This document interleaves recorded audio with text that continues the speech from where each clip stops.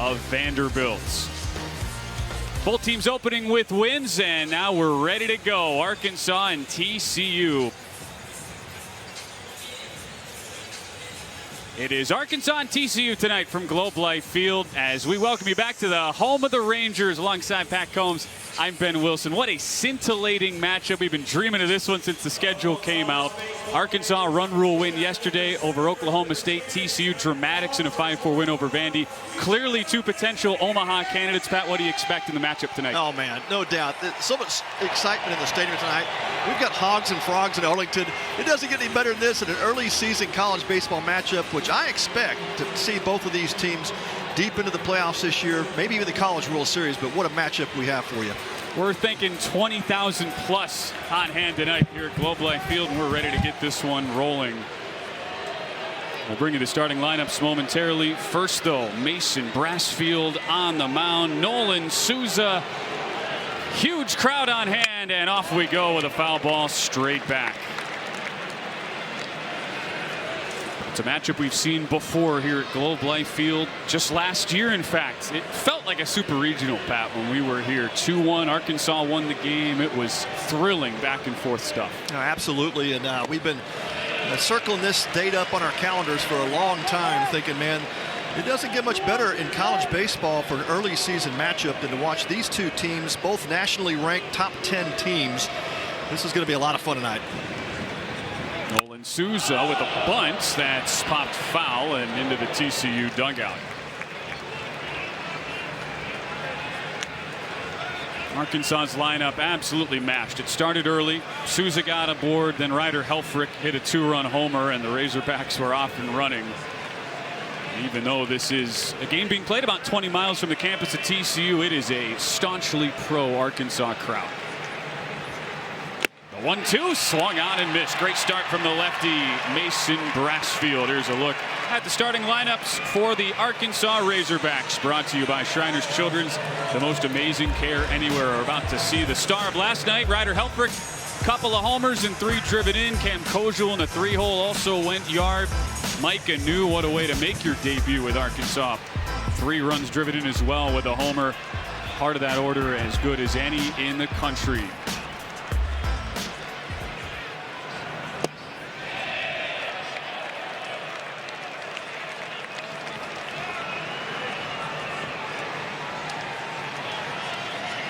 Mason Brassfield toned it up for the Hogs tonight. The left-handed sophomore at Bakersfield Christian High School. Stands 6'4", 215. What a play.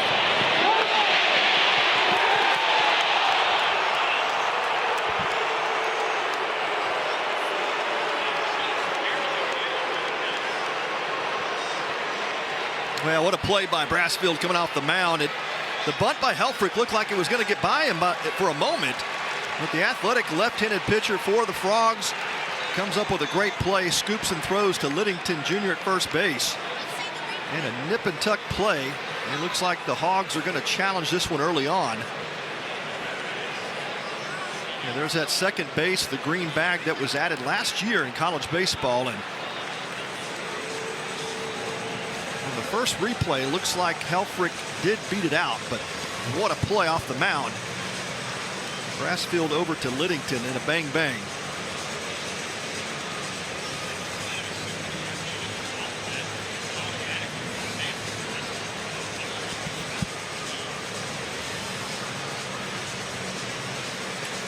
Yeah, this one, quick review tonight. We've only had a few reviews overall in the tournament so far, but yeah, it looks like it's a good challenge by the Hogs. Helfrich looked to be safe on that replay.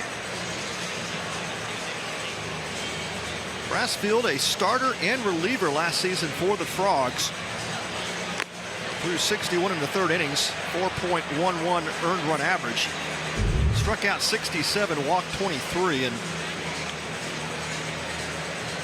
went to work in the fall to improve his head movement.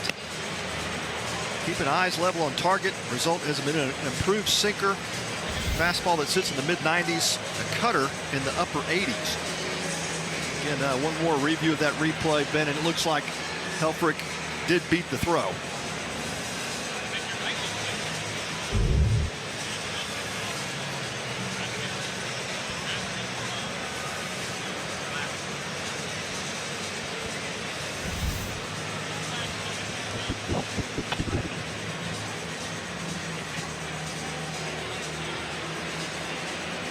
Yeah, definitely a bang-bang, and was ruled out on the field. A.J. Wendell, the first base umpire, ruled out.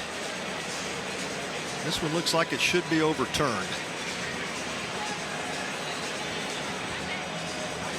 Well, not the first time Pat we've had drama at first base. That's right. Just a year ago, right? That's right.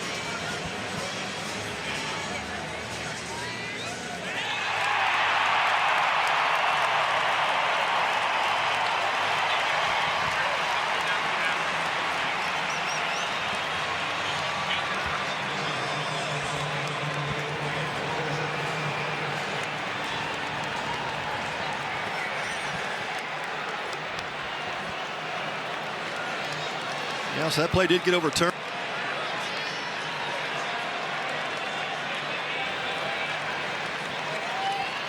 So Cam Kojal digs in, and a first pitch slider is just outside. They do rule that a bunt single, by the way, for Helfrich, even though there was the slight bobble from Brassfield. Still would have taken a great play to make it over there. Little check swing and an offer from Kojal.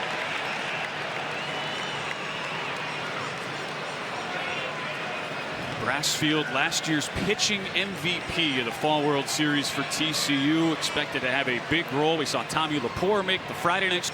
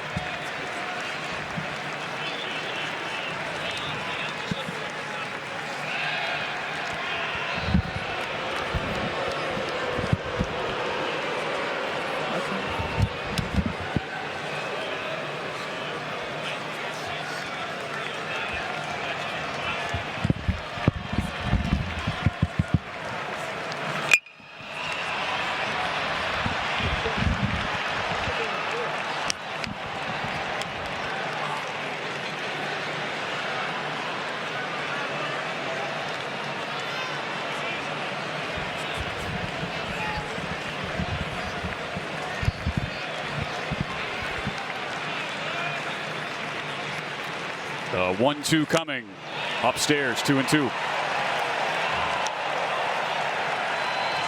It's a lot of early drama, Pat. We were kind of expecting when you have two teams that are this talented, both top 10. This would feel like a high-level, super regional type atmosphere from the jump, and here we certainly have it.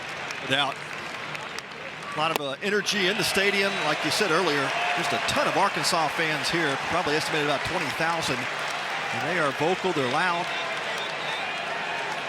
Hogs looking to get off to a good start against Mason Brassfield. He's talked about being untested at this level a bit as a starter. Put up pretty good numbers as a reliever. 3-2 though, finds the outside edge. A nice bounce back there for Brassfield after the bunt single, the long review, and he strikes out Kojal, looking his second punch out of the first. Yeah, great pitch. Just catches the outside part of the plate with the slider. Freezes Kojal. Records his second out of the inning. And they did change that play, by the way. At least we're showing on the Jumbotron that was an E1 on Brassfield, although official stats still showing a infield single, so we'll wait to figure that all out. Right now, though, it's Mike and New. Transfer in from Marshall. Good look at New, was the MVP in the Cape Cod League last summer, and what a prospect he is. Yeah, there's no way you call that an error. That was a bunt base hit all the way. Really difficult play for the pitcher Brassfield, going back to that bunt from Helfrich. And that was definitely a hit. I'm with you. Yeah. Now, we are in a big league ballpark. Doesn't mean that, obviously, the level of play. Some of these guys are going to be future big leaguers. We expect multiple eventually get there, but scoring was a little harsh as this one's fouled off from New. Well, what a pickup for Dave Van Horn, and getting Micah New, the Marshall transfer. He is all world. 8 homers, 23 driven in, 15 stolen bases at the Cape. He is a top 80 MLB draft prospect now. Runner goes.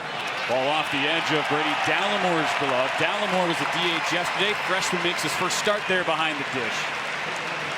And it is a runner to second here on a 2-2 count.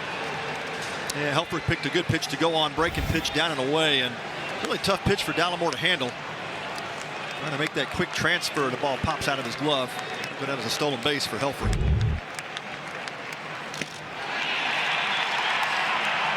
Mason Brassfield able to rally around that bunt single by Ryder Helfrich. Gets 3 punch outs with TCU coming up for the first time. The Whataburger Monterey Melt is back?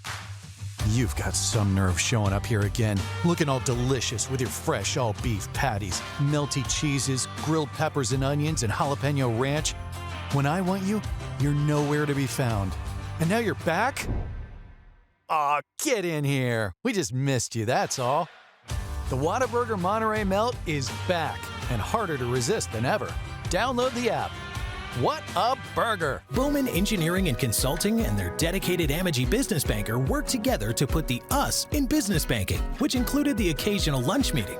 Now it's your turn with your own dedicated Amagi business banker with banking experience in your industry, because you're more than a customer, we're more than a bank, and together we'll help put your business on solid financial footing. With comprehensive financing options, earned interest on your accounts, and yes, planning sessions whenever you need them.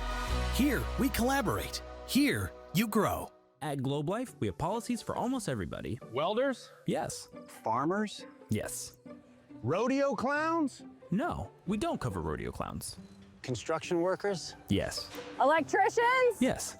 Are you sure? Not rodeo clowns. Factory workers? Yes. Chefs? Yes. Birthday clowns? Yes. Ah, come on! Globe Life Insurance. Affordable coverage for almost everyone.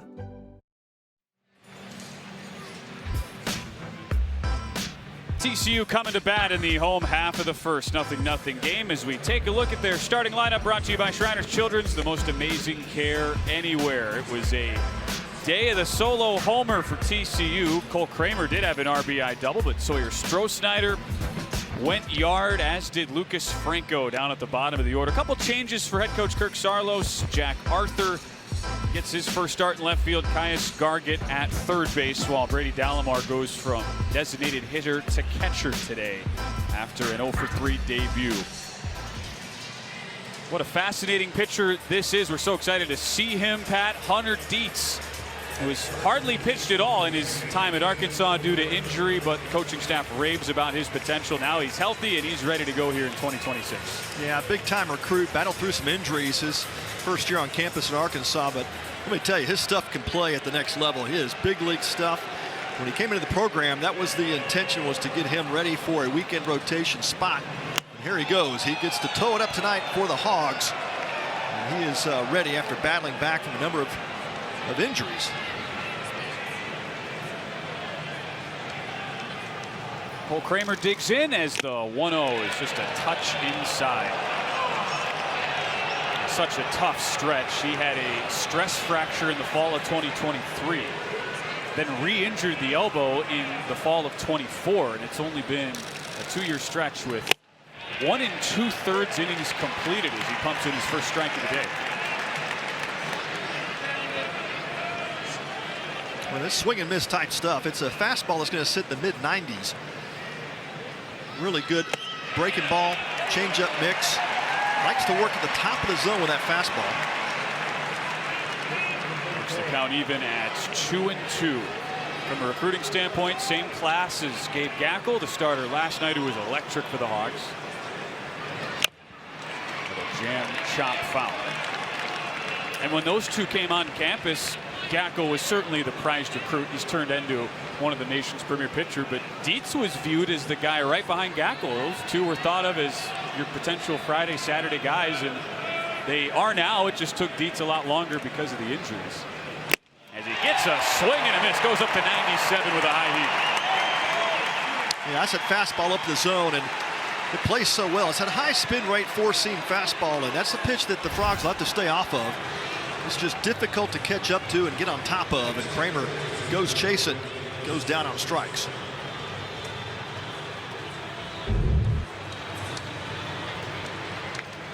Sawyer Stroh-Snyder coming up.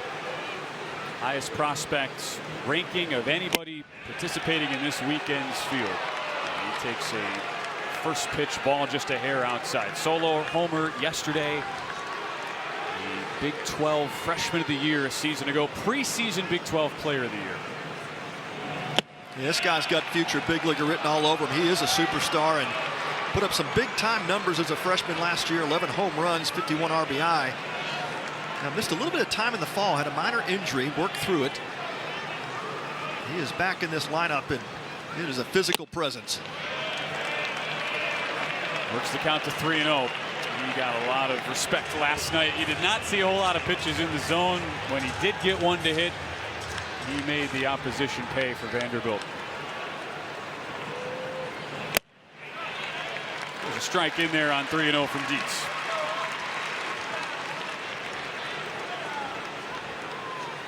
He has pitched, Pat, since injury. It just happened in the Cape Cod League this summer. So he's got some innings under his belt. Misses outside here with the fastball. He brings up Chase Brunson. Really the question, though, is just the command for Dietz. Does have a great defense behind him, as you're about to see. Arkansas did make one error at the catcher position with Helfrich yesterday. Outside of that, they were rock solid across the diamond. Couple of newcomers. TJ Pompey, former Texas Tech Red Raider, now takes over at third. Brand new outfield with Damian Ruiz, Mike Anu, and Kuhio Aloy, who was the primary DH last year in right. And a first pitch fastball just inside to Chase Brunson. Yeah, a lot of new faces in this Arkansas lineup, and of course you look at what left via the draft. 10 players drafted from this roster last season. For Dave Van Horn and his staff, it's not a rebuild, it's always a reload. They'll have to deal with an early jam. Oh, that took a crazy carom down there and left. They wave around Stroh-Snyder, and he is in. Double down the line by Brunson, and the Horned Frogs strike first.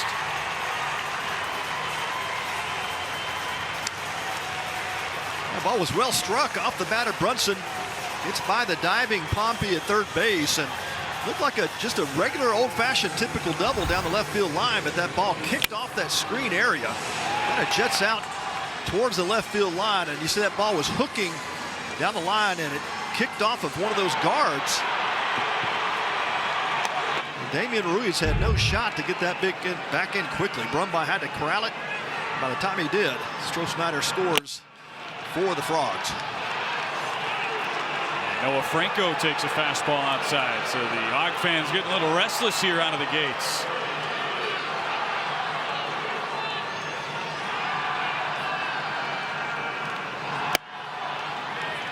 Called strike taken, 1-1.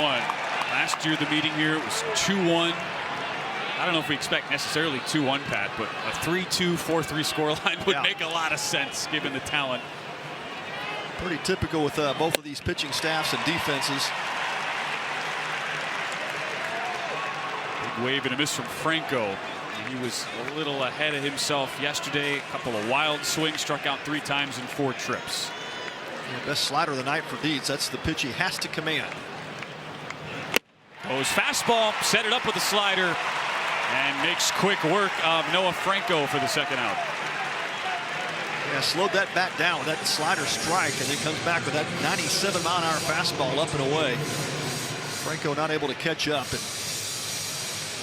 Dietz quickly establishing that electric fastball from this left-handed arm of his.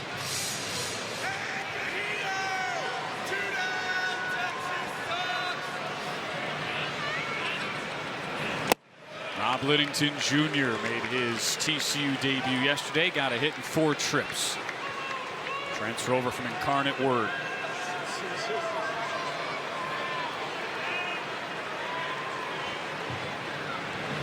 Big wave and a miss. There's that slider again, 1-1. And watching TCU in person yesterday, Pat, the sophomore class that was so highly heralded last year, they just jump off the page. They were so good.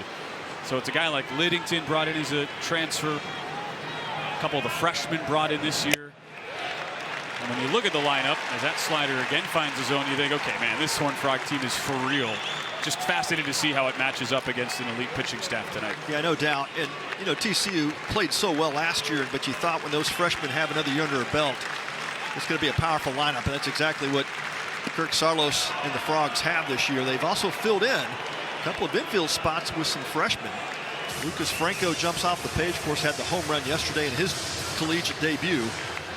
This Frog lineup is powerful and athletic.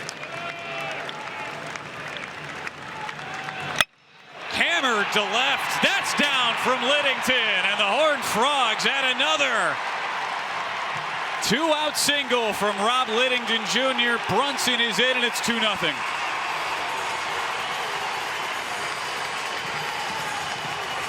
Well, just a great piece of hitting there from Liddington, and you know, proved himself up last season.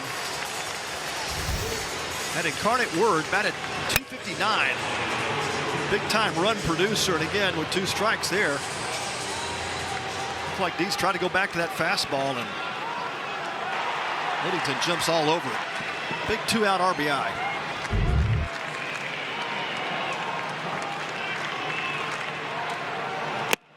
Jack Arthur getting his first start of the campaign, takes a called strike. 2 homers, 9 driven in last year, and just 39 ABs for the Horned Frogs, and a dream start here for Kirk Saarloos. Ball taken down low. He understood, even admitted it last night. We know our fans will be heavily outnumbered. We've got to find a way to keep the Arkansas fans quiet here, and they have in this first inning. Well, and Kirk Saarloos added some great depth pieces now, allows him to play some matchup baseball against a tough left-handed pitcher like Dietz. Able to insert Jack Arthur into the lineup. He gets the call, as well as Caius Gargett. We'll see him, another right-handed hitter at the bottom of the lineup.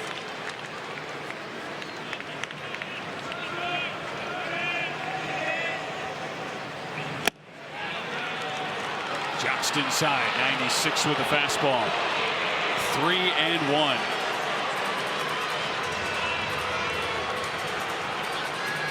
Yeah, really making Dietz work this inning. 21 pitches already. And that's not close. First and second with 2 outs. And not the return to the field that Hunter Dietz was hoping for out of the gates here. And that'll earn our first visit to the mound. As Matt Hobbs, 8th-year pitching coach, and former National Assistant Coach of the Year, heads out. Kirk Saarloos has to be enjoying it over in the TCU dugout. Yeah, no doubt about it. This is the start that he is looking for. Put some pressure on this Arkansas defense early on. Hunter Dietz, as we talked about, the stuff is real. It is big league type stuff, but you know, first start here this season for him, and it's just a matter of really getting that adrenaline under control. And he is hyped up, and I think you see Matt Hobbs really trying to bring some calm and let him take a few deep breaths, just kind of gather himself up mentally, get back into that zone. Thought that might be the struggle with Dietz tonight. Just in front of a big crowd here in big league ballpark, and you're making your first start. It's just a lot going on there. Had a bit of a wild card feel to it. He'd only made 55 pitches in his collegiate career entering tonight. And there he does find the zone to Brady Dallimore. 27 pitches into the first inning.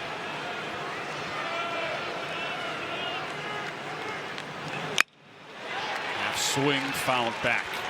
Frogs are so deep at the catcher position that they've got a pretty true platoon going on right now. Nolan Traeger is the starter, second team all Big 12 last year.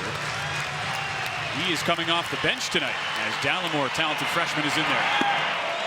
Takes a curve high and outside on 0-2. Yeah, Dallimore, a highly regarded freshman, and really expected to make an immediate impact in this lineup, and you can see the trust that Kirk Saarloos already has. Slider comes inside, though, ties up Dallimore, and Dietz does end up with 3 punch-outs in the inning, but not before a Chase Brunson RBI double and a Rob Liddington Jr. base knock. TCU strikes first. They lead it 2-0 going to the second.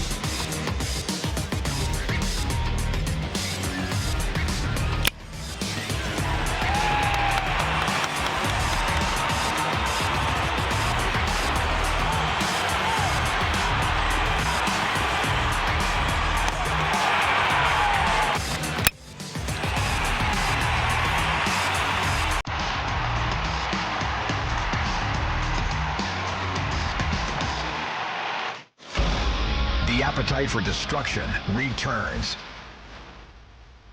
Guns N' Roses World Tour 2026.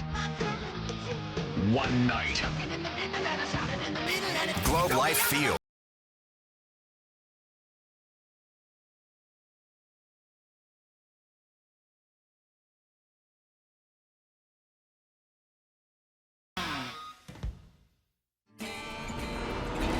We've seen touchdowns, and we've seen home runs, but Arlington has never seen speed like this.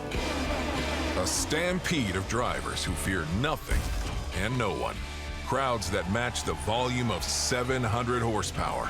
A spectacle built between 2 of the most iconic stadiums on earth. How cool. This ain't our first rodeo, but it might be our fastest. At Shriners Children's, we're home to the world's leading pediatric orthopedic care. Because so many life-changing advancements start here. We provide access to the best doctors and never allow your ability to pay for services to compromise the care your child needs. We're the first place to turn for the most common or complex orthopedic conditions. Home to possibility and empowering kids to achieve the extraordinary. Shriners Children's, the most amazing care anywhere.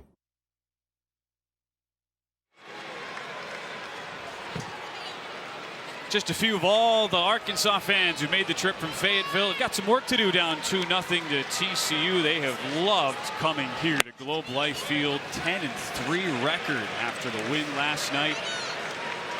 Always bring it. Biggest crowds. They are #1 by margin in the Shriners Children's donation standings already. Their team rarely plays from behind, it seems like, at this event, and they're down an early 2-0 with Kuhio Aloy in the box. Yeah, bringing the bling. These Arkansas fans are showing their disdain already at some of these calls at home plate. But Mark, Greg Harmon behind the dish tonight. Really solid strike zone, veteran umpire.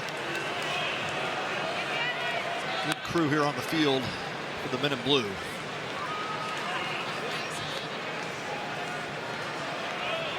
Aloy was the big hero last year. He drove in the only 2 runs for Arkansas in the 2-1 win over TCU.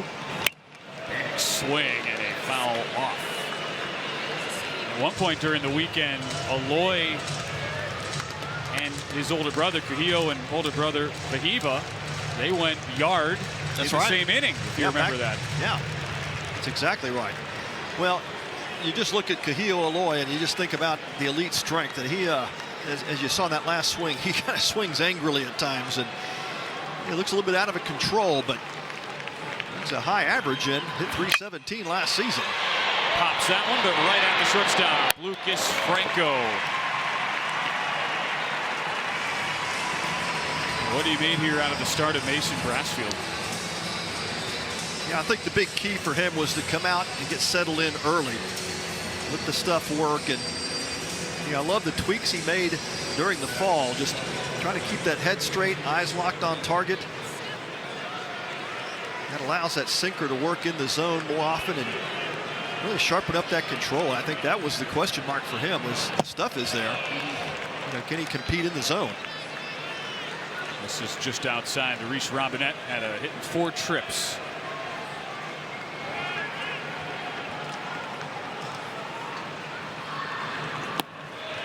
2-0 count here to the redshirt junior. Arkansas had its share of injury issues during the season last year. We're able to work around all that, make it to Omaha, and Nolan Souza was a guy who went down last season after just 32 games. So this man stepped up and did a really good job. Now gets rewarded with the starting nod to begin 2026, and he earns a 3-0 count. A really elite defender at first base, and the offense started to come on towards the end of last season. And Dave Van Horn just said, hey, he's earning his at-bats and plays such great defense, saves us a couple of runs out there on D, but you're really seeing a much improved hitter over the last year or so. There's a 4-pitch walk, and TJ Pompey got his Arkansas debut off to a solid start. 2 for 3 with a ribby last night. Robinette at first. Pompey, another guy coming off injury, just 19 games for Tim Tadlock at Texas Tech last year. We saw him make his debut a couple years ago here, Pat. He was a highly touted prospect, a top 5 Big 12 freshman recruit. He works a first pitch fastball outside. Yeah, healthy Pompey is just a huge plus for any lineup, but especially filling in some big shoes at third base. Super athlete. Some pop. Pompey high to deep right center. Looks like the yard will hold it, and it does. Brunson just in front of the track for a second out. Just got under that one as Carson Brumbaugh will come to the plate. Yeah, 93-mile-an-hour sinker down and away, and Pompey went down and got it. Just missed, hitting that ball out of the ballpark. Showing off some power to the opposite side of the field. It was a good look at Carson Brumbaugh. Second straight game where we get a Brumbaugh feature. His older brother Caden played for Oklahoma. OU sitting in the clubhouse in this tournament. 2-0. 2 dominant wins. Hit to the left side. Routine for Lucas Franco. And Mason Brassfield works around a 1-out walk. We head to the home half of the second. TCU on top by 2.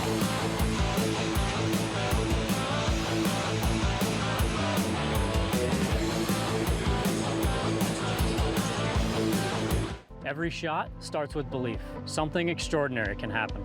Shriners Children's provides hope, healing, and the chance to dream big. They never allow the ability to pay to compromise the care children receive. Shriners Children's empowers the extraordinary, and you can too. Join me in supporting this life-changing cause and help provide the most amazing care anywhere.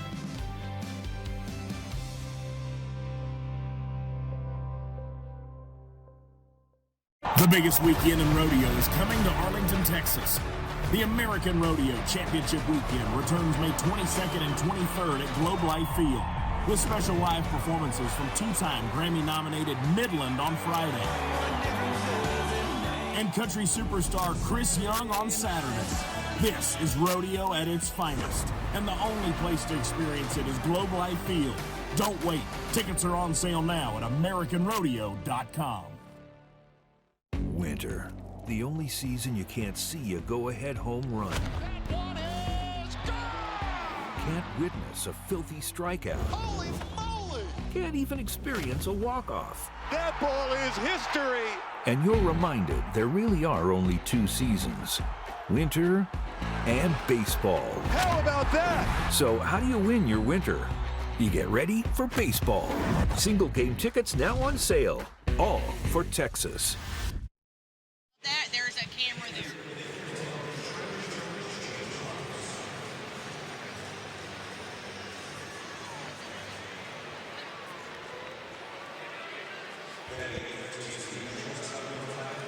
Bottom of the second, Arkansas fans looking on as their Razorbacks trying to overcome a 2-run deficit here. Early stages, 2-0, as we're joined right now by head coach of the Hawks, Dave Van Horn, 3-time SEC Coach of the Year. And Coach, watching Hunter Dietz back out there on the mound, you just wonder what's going through his mind, right? Such a long stretch, trying to work back from injury. What are you seeing from him out here so far? Stuff's really good. You know, he just had so much run. He was cutting into the right-handers. It was running into the other batter's box a little bit. We saw it on the video board, and walked the second hitter, and obviously gave up a double down the line. But he was behind in the count. He's got to pitch ahead like he is this hitter, and usually good things happen. Maybe not. Lucas Franco out in the center. He didn't want to jinx it. Hey, Mike, no worries. Mike and New tracks it you down. never know. Hung up there well, Dave. But yeah, it's his stuff's good. You know, probably a lot of nerves, and this is an unbelievable crowd. Yeah. It's like there's people in the second deck over here in the right field. I've never seen this many people here. Feels like a regional, doesn't it, Dave? It's just amazing. But you guys travel so well. And look, when you think about roster construction, roster management, you guys lose 11 players to the draft last year. What was the strategy going into rebuilding this roster? Well, basically just fill around the guys that we have. And see, there's the ball cutting in there. Yeah. And that was a slider, but still. Yeah, just to fill in with the, build around the guys we have some players that played that are back, that are in the lineup. We have some young guys that are fighting to play. And, you got to have enough. Obviously, we had to kind of revamp some of our bullpen in that. And we like our bullpen, so we'll see how it turns out. Yeah, Coach, I love watching Ryder Helfrich behind the dish. I mean, he just brings such a great presence. And tell us what he does for your pitching staff. Well, he's just, he calms them, and he knows how to call a game. And we're one of the few schools probably in the country at this level that let our catchers call the game. And that if they need something or we need to call a pitch here or there, we will. But it's always a suggestion, and they trust Ryder, and they like the way he goes about it. And obviously, he's an incredible receiver. He gets some pitches that are borderline throughout the game that it's amazing. Handles a good-looking slider right there, 1-1. Well, one guy, I remember seeing his debut here last year. You talk about, Dave, the guys you're retooling, the guys coming back, as this one's fouled off.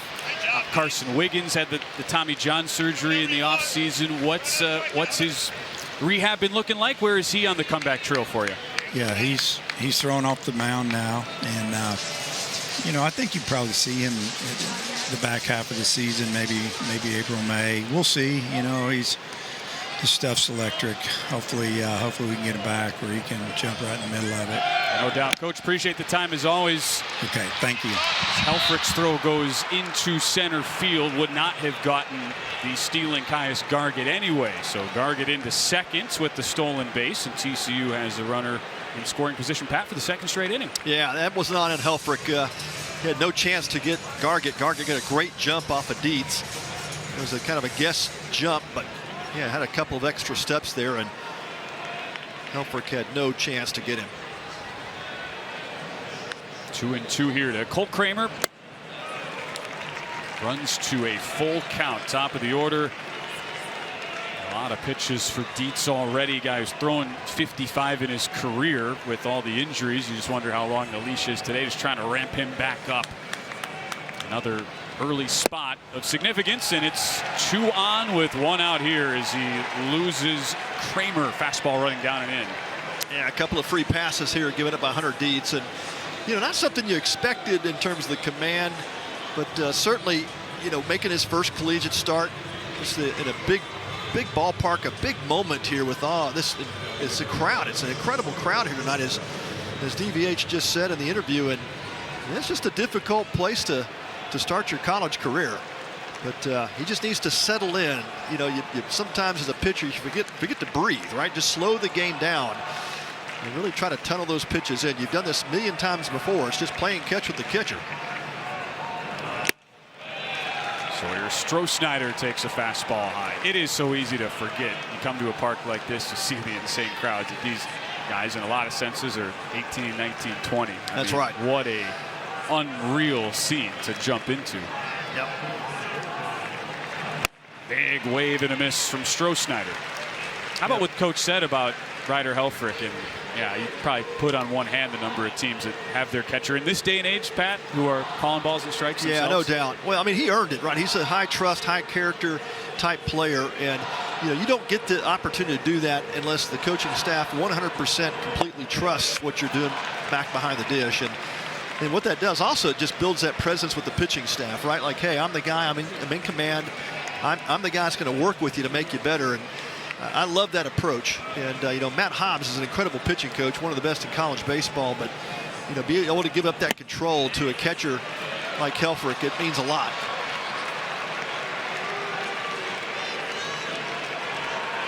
Only so much he or pitching coach there in the Arkansas dugout, Matt Hobbs, can do right now, though. This has been A struggle for Hunter Dietz, just trying to find it. The 3-1. That one's in there. Another full count offering coming up to Stroh-Snyder.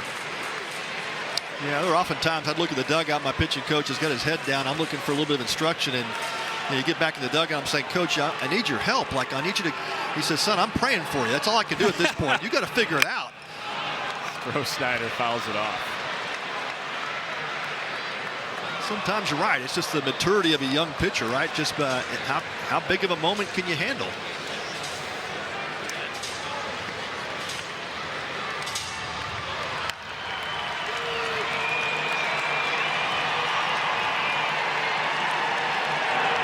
Swing and a miss. Big comeback by Dietz. 95 with the heater.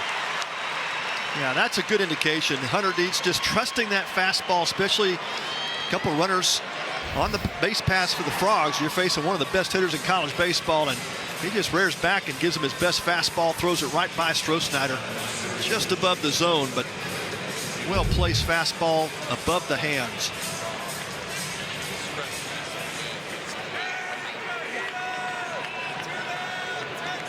Danger still not gone, though. Chase Brunson. Fastball just inside. Now, when you see that ball kind of pulled in towards a right-handed hitter, that's exactly what Dave Van Horn was saying. He's got a little bit of an overthrow to it, right? He's just not settling in. This is a guy that's rearing back and throwing rather than pitching at the moment.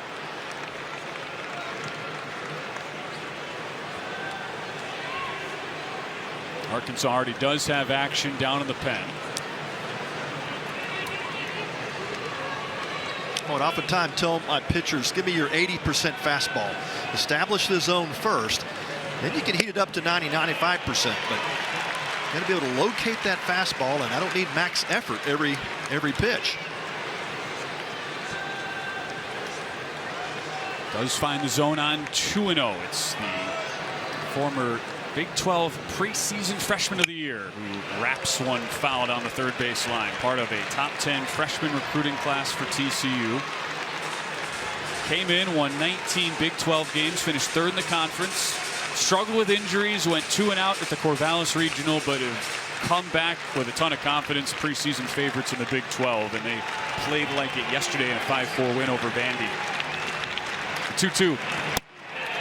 Just inside. Didn't miss by much. No, it did not.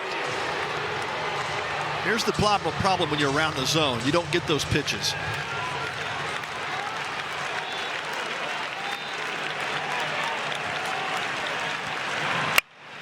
Hit hard to left. Rutz three's over. It's off his glove. Ruiz can't make the catch, and 2 Horned Frogs score. Second inning with a double for Chase Brunson. Well, full count delivery, and Brunson guessing fastball, jumps all over it. Looks like for just a moment Damian Ruiz is going to make an unbelievable catch, and looked like the ball ticked off his glove and then rolled underneath him. Valiant effort in left field from Ruiz, but just could not come up with the catch. And just like that, Brunson with a 2 RBI double to up this Horned Frog lead. What a start for TCU. 3 of the 4 driven in from Brunson in these opening 2 frames, and now Franco gets a little chin music. Yeah, I think that was just an angry pitch from Dietz. You know, 1 pitch away from getting out of that inning, and he just has lost a little bit of composure here, trying to throw even harder.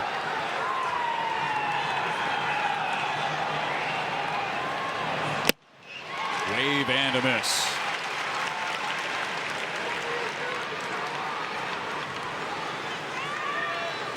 Well, 55th pitch upcoming here in just the second inning for Dietz. He does find the zone, and this is the challenge now once he faces TCU order and all the talent they have. You get Brunson, preseason freshman of the year in the Big 12 last year for one publication. Noah Franco was in other publications preseason freshman of the year here in the Big 12. But here he gets the strikeout. top of the zone, and that does it. But another crooked number on the board for TCU. Chase Brunson at it again. A 2-run double. Doubles up the TCU lead as we head to the third.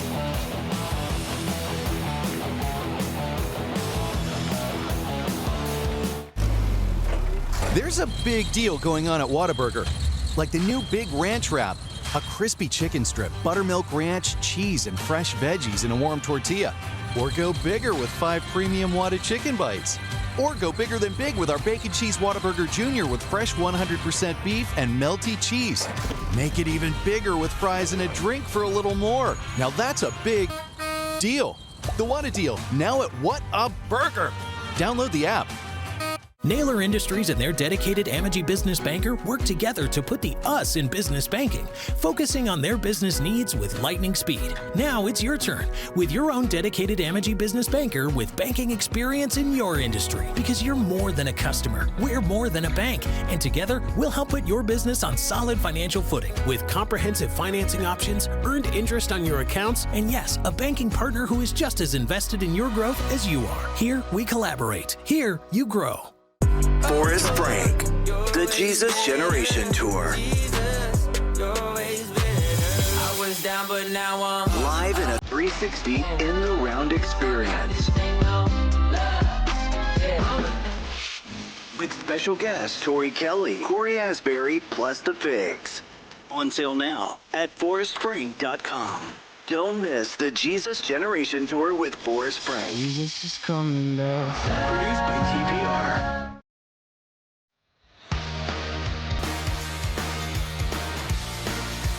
A dream start for TCU. They lead it 4-0 to the top of the third. A lot of game left, though. What can the Hogs do to work their way back into this one? Taking on a TCU team, preseason favorites in the Big 12 after last year's Big 12 runner-up campaign. Lost to Arizona in this ballpark in the title game. Hit 300 as a team. Did a lot of good things. Had a lot of guys banged up, though, Pat. And that's why, if you're wondering, okay, the team that lost in the regional was not impressive necessarily at the end of the year. That's why they're still a top 10 preseason team this year, though. Yeah, no doubt. And they've added some great pieces to this lineup. As we see that single by Ruiz. Booms back up the box for the Lamar transfer. Damian Ruiz, he nearly flashed the leather at what would have been a highlight reel catch out there and left. But instead he gets on in the Razorback order. We'll see Brassfield for the second time.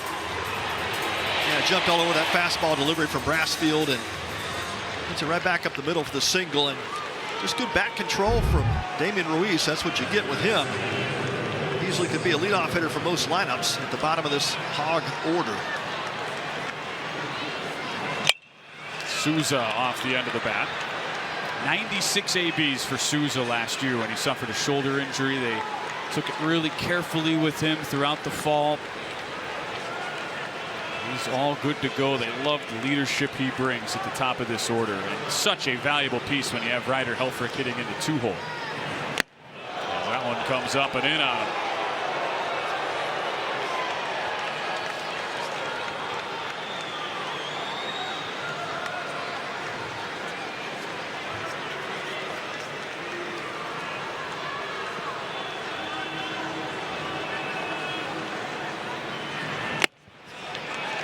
Back to the slider, and that's in there for a called strike.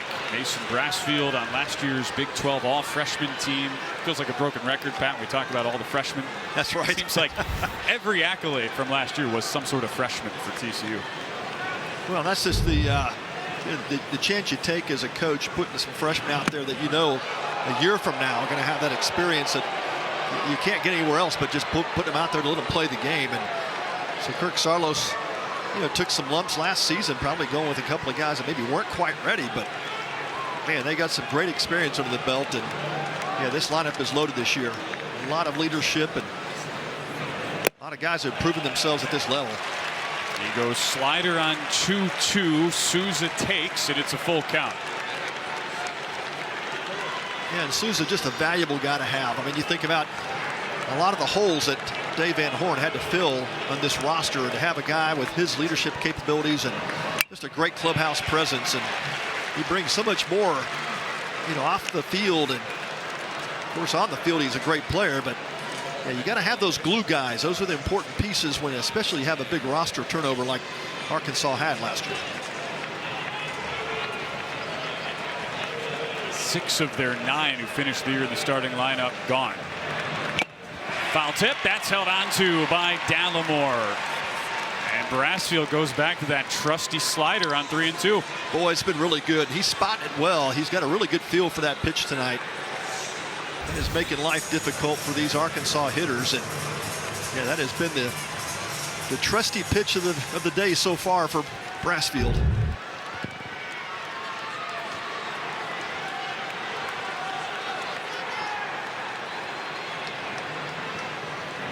Three defenders move to the left side of the infield as Helfrich takes a slider down and in. We haven't really seen his new pitch yet today, Mason Brassfield, the sinker, which coaches said took about a month or so to figure it out. A lot of trial and error with it. Fastball, that's off the glove of Dallimore back there. And Ruiz, who stole 15 bases last year at Lamar, trots down to second. Yeah, a ball that should have been caught. It wasn't a very good pitch off the hand, but it looks like Dallimore just kind of crossed himself up in terms of trying to reach out for that pitch, and takes it off the mitt, gets to the backstop, and it's going to be a pass ball. Helfrich reached. Officially, that was a bunt single from Ryder Helfrich. He's 1 for 1. Slider just misses high, and it's 2-0.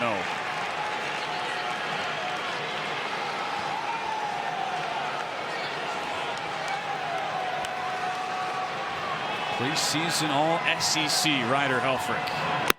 And it's impossible as this count runs to 3-0. It's a 4-pitch walk here. They were behind a pitch on the count.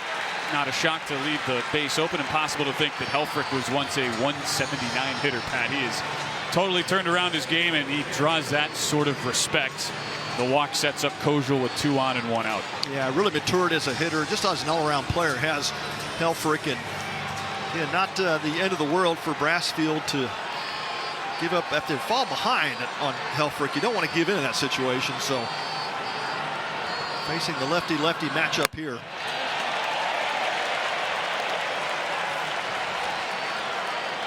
Kojal takes high. He's one of the 3 returners in the lineup for Dave Van Horn's club that hit .309 as a team, top 25 in the country. So we see Kirk Saarloos come to the mound for the first time. Yeah, I think it's a chance to try to bring some calm to the situation. And young starter.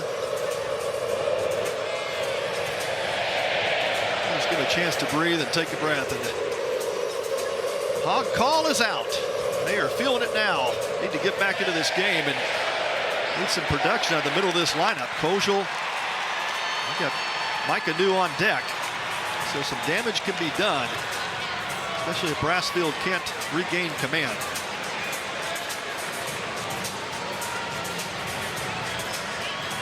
Let's talk with Coach Saarloos at the bottom half of the next inning. So respected around the game of college baseball, and his 5th year, former Big 12 Coach of the Year in his first season as a head man at TCU. He looks on, 1-0 count, and the fastball is just outside. Yeah, former big league pitcher as well, and Kirk is regarded one of the better pitching coaches around, and the guy knows his stuff, knows how to connect with players well.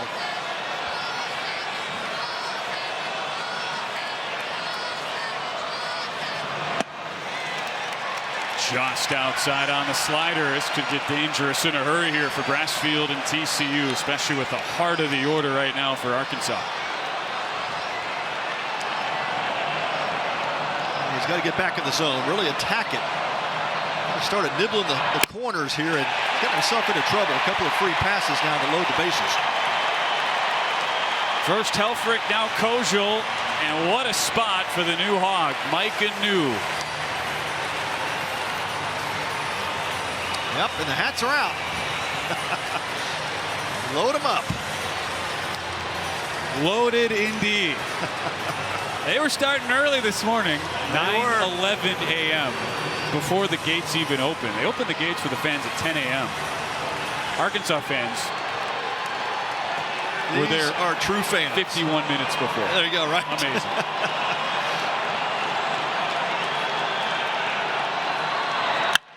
Chopper, left side, handled by Franco. He goes to third for the force. A run does score for the Hogs, and they're on the board. That was a big-time heads-up play by the freshman shortstop for TCU, and that ball took him to his right. It would have been a really tough play to wheel around and throw to second base. That's oftentimes you see those balls end up in right field. This time takes the short throw to third base, makes a great play, gets the lead out.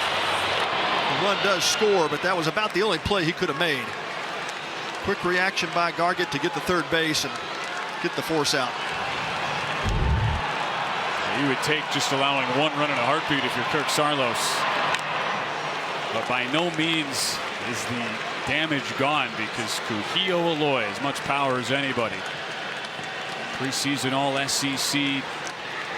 Watched his brother Vahiva have an outstanding season, SEC Player of the Year, first-round draft pick by the Orioles.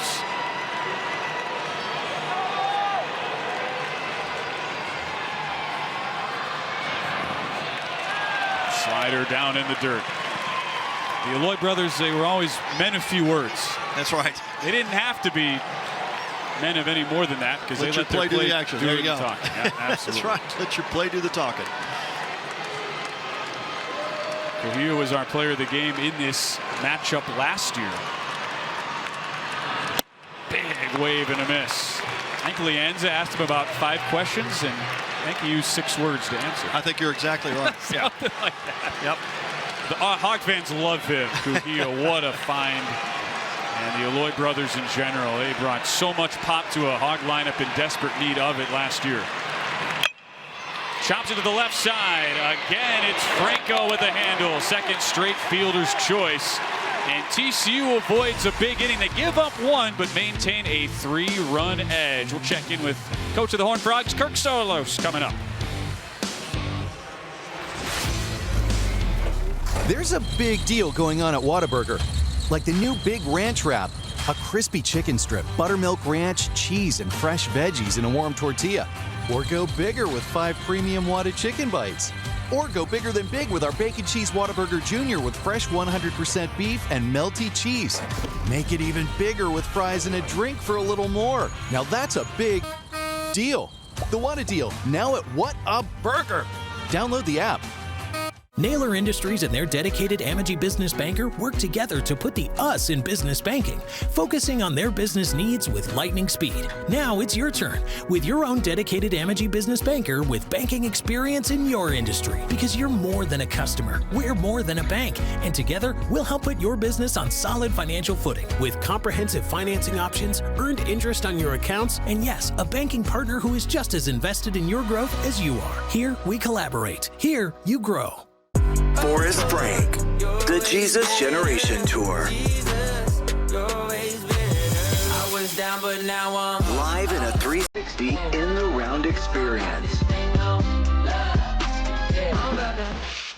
With special guests Tori Kelly, Corey Asbury, plus the Figs. On sale now at forestfrank.com. Don't miss the Jesus Generation Tour with Forrest Frank. Jesus is coming back. Produced by TPR.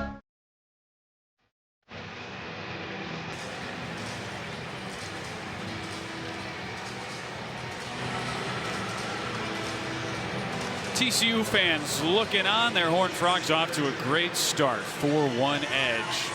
Here in the home half of the third. A new pitcher, Jackson Kersher, on for Arkansas after Hunter Dietz labored through a couple innings, gave up 2 runs in each the first and the second innings. And they'll turn to the hard-throwing righty, transfer in from Oklahoma.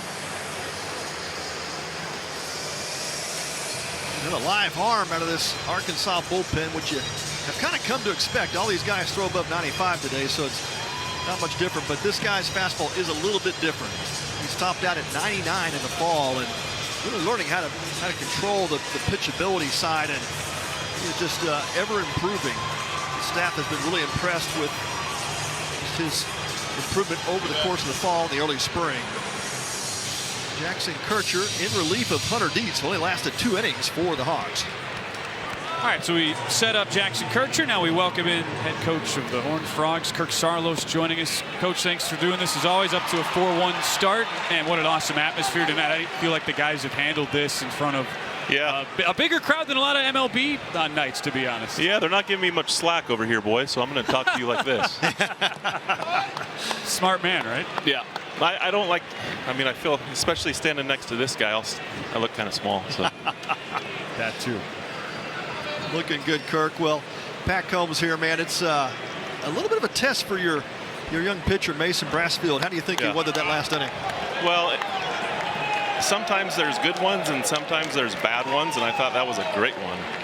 You know, getting to the bases loaded, not being super sharp with his pitches, and being able to get out of that jam and only giving up one, I thought was great. Yeah, he did. He worked himself out. That's a big test early on for him. Especially in this environment, it's, you know, your emotions get rolling, and wasn't finding the strike zone. I thought he settled himself down really well and used his sinker, and you know, the breaking ball is really good, so we're always going to go to that.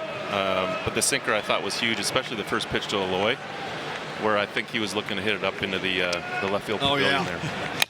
He swings angrily at times, doesn't he? So. Yeah, these bats and balls, I don't know what the home run total's up to, but I think it's like 18 or 19. I think we're you at 18. It's crazy. It's scary, really. Juice bats or balls again? Well, probably both, because and pitchers are only throwing, you know, after they release it, they're at about, you know, 54 feet, and it's getting pretty scary. Yeah, it is. Well, Kurt, you guys like have this, that right duck, everybody down. You've got this tagline, Frog Ball USA. What does it mean, you know, to you, just from a culture identity standpoint? Well, I think, you know, everybody has a little bit of a tagline or something that they want to promote, and Frog Ball is just basically, you know, our fans in the town of Fort Worth are pretty special in terms of coming out and supporting us. And Frog Ball, it's, you know, we put a lot of time and effort into it, and have been really good for a long time. And Frog Ball is just another version of, you know, TCU baseball. Good stuff as always, Kirk. Keep yourself active down there. Let us know what those Arkansas fans are doing behind you. Well, they're great fans. They're not, you know, they're kind of like the St. Louis Cardinal fans back in the day when they were rolling. Sure. Very knowledgeable fans. Appreciate good baseball. Support their team. You know, so it's awesome. Great environment. This is why we play in this. Rep Sports does a great job, and you know, 25,000 people in the stadium. It's can't beat it. Second day of the year. You go Frogs. Great stuff. It's real. Thanks, Kirk. Jack Arthur in there takes a slider just outside. All of a sudden I get outnumbered. I get a pitcher down in the dugout, pitcher next to me, and we're within 5 seconds we're talking juice bats and juice balls. We're just talking like old buddies, right? Yeah, it's absolutely. I mean, the ball's flying out of this ballpark. And we talked about what a graveyard this place is and trying to hit home runs. And 18 over 5 games. Come on, man. Something's going on. Every one of them has been earned. We can say that. They have not been cheapies. Kircher looking to put the first 0 on the board for the Arkansas pitching staff. Fastball up to 99. Classic case sometimes of a big-time prospect just needs a change of scenery. Stays in the SEC, going from OU now to Arkansas.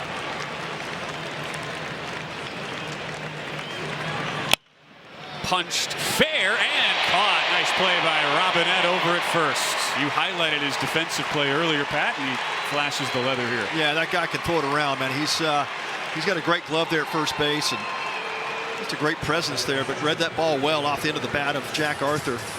Makes a nice play for the second out.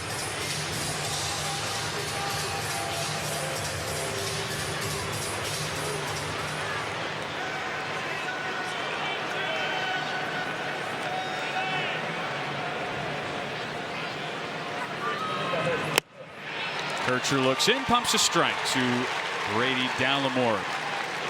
So set up to be a bullpen game. That's okay, though, for Dave Van Horn. He only used 2 pitchers yesterday. Got the run rule win in 8 innings. Yeah, plenty of arms, even with these reduced rosters. And it's really an opportunity for all these coaches to try to get as many pitchers into this opening weekend series as you can. You like to see how these arms respond, and so far Jackson Kircher looking pretty sharp. Fastball that's sitting in the upper 90s. Jam shot left side. Brumbaugh makes the play. That's a 1-2-3 inning. Arkansas could surely use here after they got 1 run in the top of the 3rd. 4-1 lead for TCU through 3.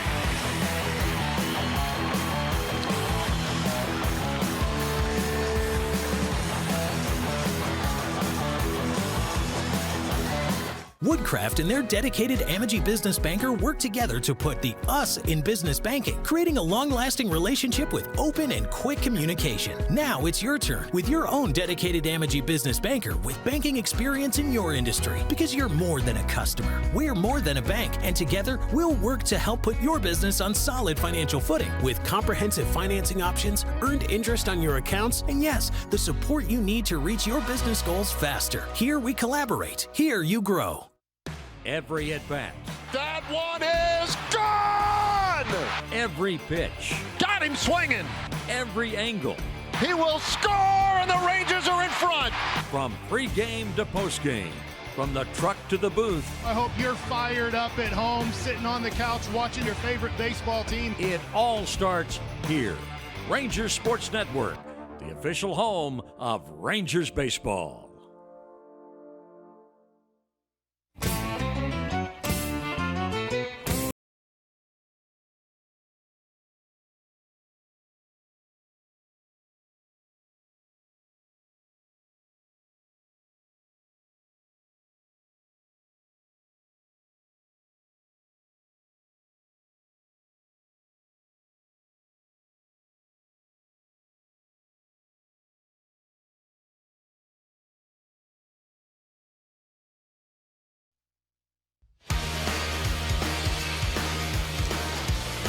Cowboy hats are on all over the place here at Globe Life Field. TCU a 4-1 lead on top of Arkansas to the top of the 4th part of the Shriners Children's College Baseball Showdown. So pleased to welcome you back into the booth. Craig Gentry, he is with us for a 2nd straight season. He was so good. And the Hawks won when he was here. We had I don't to know have him about back. that. Oh, well, yeah. You were great. Well, Reviews thank were you, in, and thank they you. But were I think it's outstanding. more of the winning that we're Maybe. trying to go for here. There you go. There you go. Former Texas Ranger as well, hanging out with us here on a Saturday night at Globe Life Field. Saw you out there with Caden, one of our Shriners Children's team captains for Texas Tech, helping her throw out the first pitch. That was some good stuff, man. Yeah, no, it's always good to come out here. I like being a part of this and getting to kind of make this a little yearly tradition. We start the inning, a quick punch out here on the Arkansas side. Reese Robinette. We were just joking with Kirk Sarlos last half inning. This venue tonight, these fans, I mean, there are a lot of MLB ballparks that don't get this sort of crowd during the season. We were talking about that earlier. I have some family and friends here, and the amount of Arkansas fans here is out of control. I mean, it's just it feels like a home game for us, and it almost feels like a big league ball game. Now, Craig, when you played in Arkansas, did you have the same type of feel in crowds? Or is this something that's been developed over time? No, I mean, when I was there, we probably had one of the top, 3 or 4 stadiums in attendance in the nation. I mean, we would have around 10,000 fans, in a big weekend. So it was a lot of fun, and it kind of helped prepare me for, playing under some pressure like that. Oh, no doubt. But, I'm thinking it was probably a letdown when you went to the minors, right? Oh, man, yeah, that's what I say that all the time. You play there and you get so spoiled, and then you go to the minors, and it's kind of depressing being a part of all those facilities. Another punch out here. TJ Pompey goes down. We're showing the pan of the crowd. I mean, my goodness, it has been electric all weekend. 20,000 Arkansas fans alone making the trip here. They're everywhere around Arlington. And for you, too, as an Arkansas kid growing up, playing for Coach Van Horn, who very well could get to 1,000 wins with Arkansas this season. It's just amazing to think about. So what is this, his 24th year? 24. Yeah, that's so impressive. What he's done. I mean, if you just think over I don't even know how long it is, but they've only had two head baseball coaches over the past however many years. It's just that's right. It's crazy. But yeah, the amount of fans, Arkansas fans in DFW is pretty amazing also. Craig, what was your favorite moment as a Hog? Well, there was a lot. I would say one that stands out the most is hitting a walk-off home run against Tennessee on Sunday. That'll do it. That was a lot of fun. It was a big back-and-forth game. They had hit a home run to go ahead, and then I got up and got a chance to do that again at the end of the game. So that was a special moment for me. You know, if only college baseball Twitter was even like a 100th of what it is now. I mean, can you imagine the online chirping? Oh, man, yeah. I don't even know if that stuff was even thought about back then. But, yeah, it would have been a lot of fun.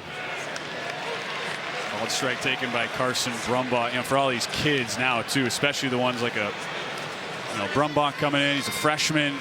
Hard to put yourself in those shoes. I mean, even for you, I'm sure, thinking what it would be like here in front of 25,000. As basically a teenager. I bet it's a lot of nerves. I remember in high school, my last year, I got to play in the state championship at Baum Stadium. There's probably 200 fans there, and that was intimidating. I cannot imagine what 20,000, you know, your first weekend in college baseball is like. Great job by Carson Brumbaugh, one of the freshman Hogs. And also, what does it say, too, if you're a freshman in this program? Now, I'm curious what that was like back when you were there. Just even the path to get on the field. I mean, earn your stripes with how deep and loaded this roster is each and every year. Yeah, I mean, you know, when I got to Arkansas, I transferred in from junior college, so I was a junior, and even for me, it was difficult to get on the field. I didn't even start my first few games and had to kind of, you know, through luck and just working my way through, you know, getting a chance to play after, I don't know, few weeks, but it was tough, and I was an upperclassman. Yeah. Craig, it seems like Arkansas has become kind of a Major League Baseball factory. I mean, just so many multiple draft picks every year. What is it about the coaching staff or the culture there that gets guys ready for pro ball? You know, I think they really focus on development. You know, especially nowadays when you got NIL and the transfer portal. When you're going from program to program, it's kind of tough to really focus on development. And they've kind of, you know, really focused on bringing freshmen in, develop them, kind of, you know, fill some spots with, you know, the portal. But, you know, there's also a lot of stability. I mean, when you got one coach for 24 seasons, I mean. Even the assistant coaches. Yeah, no, I mean, one of the coaches I played with, you know, at Arkansas, and he became a grad assistant, and he's still there. So, you know, if I was sending my son to college, that would be a big sticking point. Like, what's the stability with the coaching staff? I don't want him having 4 different coaches in 4 years. Yeah, that's right. 0-2 here to Nolan Souza after the Damien Ruiz hit by pitch. Talking with Craig Gentry up in the booth, former Arkansas Razorback, former big leaguer. You have one of my favorite just random MLB oddity stats ever, in that your first career home run was it inside the Parker. Yep. Yeah, it's very. It was very weird, to be honest with you. Close play at second, and they just got him. Wow. Big gamble there by Franco, and we'll see if this gets reviewed. Umpires are coming out to discuss. Yeah, I think they're going to review it. So TC will stay on the field. That was bang bang. What'd you see there, Craig? Was he out? I'm going to be honest with you, I didn't see it. You didn't see it? So okay.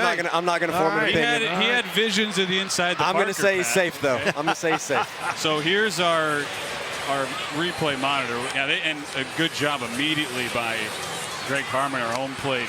He called everybody together, I think, before Dave Van Horn was even out of the dugout. Well, that was really close. Yeah, we'll take another look at it. We can see the replay here in our booth, but we'll give you another shot of it at home as well. Yeah, and it was definitely a bang bang. Franco, of course, made the high hop catch at shortstop, and instead of throwing it across the diamond, I think he just felt like he had plenty enough room to get to the bag and beat Ruiz. Man, safe, don't you think? It's close. Yeah. It might be one of those, whatever gets called on the field is going to have to stand, even though that does look like he's safe. Yeah, I don't know if his toes quite touching there on that freeze, but yeah, that was such a bang bang play. And you're right, that second base umpire Blake Felix had a really good angle. You can see his setup is perfect. You know, the old Little League rule, tie goes to the runner. There's no such thing as ties, right, in baseball, right? Yep, that never happens. Yeah, that is one of those really close plays. Whose cleat got there first, right? I think he's safe, boys. I think he's safe, too. I don't say that just because Craig's with us. No, I mean, I'm trying to be as objective as possible. We're journalists up here. We don't right. take sides. That's right.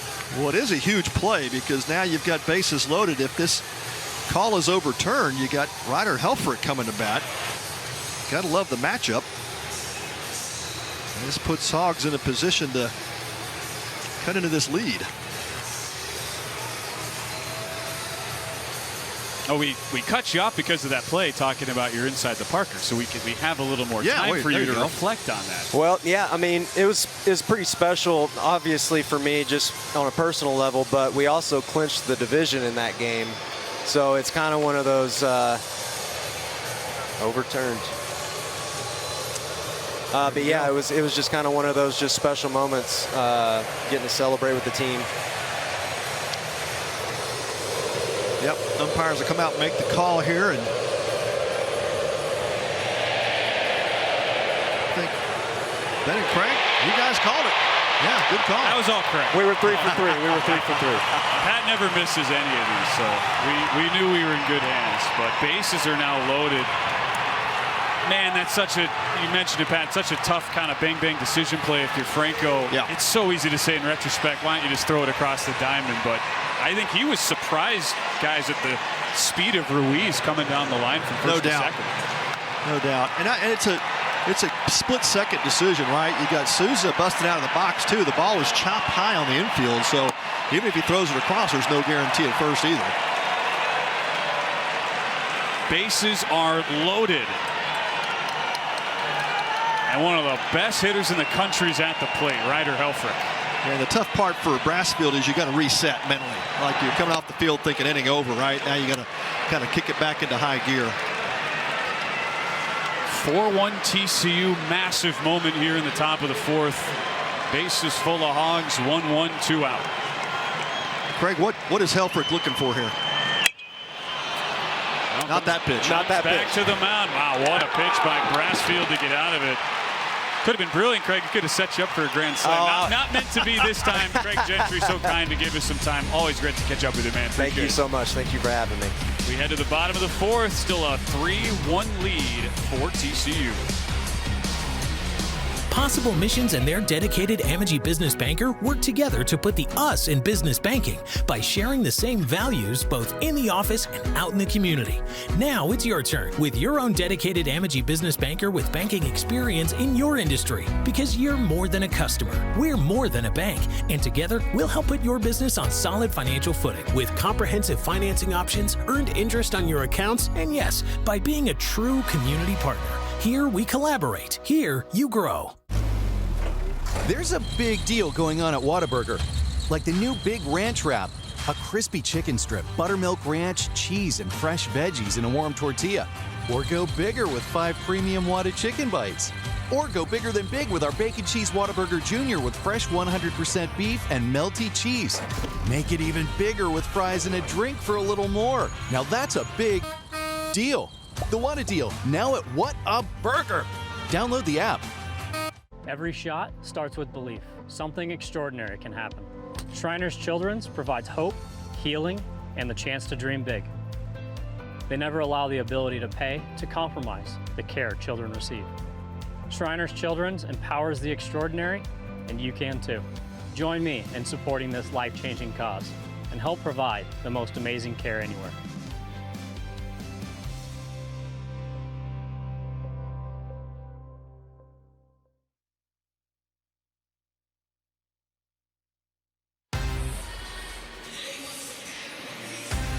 Six remarkable kids have each teamed up with a participating university for the Shriners Children's College Showdown Team Fundraising Challenge. All weekend long, teams will compete to see which fan base can raise the most money in support of Shriners Children's. Scan the QR code on your screen or visit shrinersshowdown.org to donate in honor of your favorite team today. Saw that leaderboard out in center field. Arkansas, they've raised the most money of anybody here. But as we've seen, Pat, these games end. We get the refreshed numbers after the last game. OU jumped up from last to second, and Oklahoma State to third. There you go. So expect TCU to be a riser here. That's right. Nights. Got to take pride in your colors. You don't want to be last. You just don't want to be down at the bottom. But yeah, thank you to everybody who's donating tonight, and absolutely even at home watching the game on Flow Sports. Thank you for your generosity, and Shriners Children's for Kids Classic is just it's always an awesome event. But one of the best parts about this is raising some money for a great cause. 2-1 here to Lucas Franco to start this bottom of the fourth. Oh, that hit got him. Yep. Well, you don't have to be a fan of any of these teams either to donate. That's right. That's the thing. Anybody can. You still get the T-shirt if you. That is give true. $100. Yeah. My good buddy Josh Neighbors covers all Arkansas sports, but he's a fellow Mizzou guy, Pat. So I know he's watching. Well, Ben, here's the difference in this game so far. We talk about the importance of command on the mound, and why is that so important? Because typically free passes hurt. Yep. The difference in this game so far is 3 free passes. You got 2 walks and a hit batter have scored for TCU. Of course, a couple of doubles from Chase Brunson, but 3 out of the 4 runs were accounted for without having been earned. And now another hit batter here in Lucas Franco to lead off the 4th. Jackson Kircher came in relief. A really good 1-2-3 third inning. Got a backwards K. Gargett did not play yesterday. Just a couple open spots and battles in that TCU lineup. The transfer from Kentucky hit .266, more of a bench guy last year.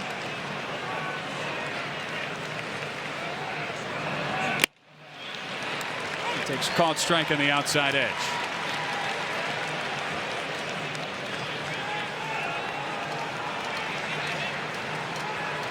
Gargett a switch hitter as well.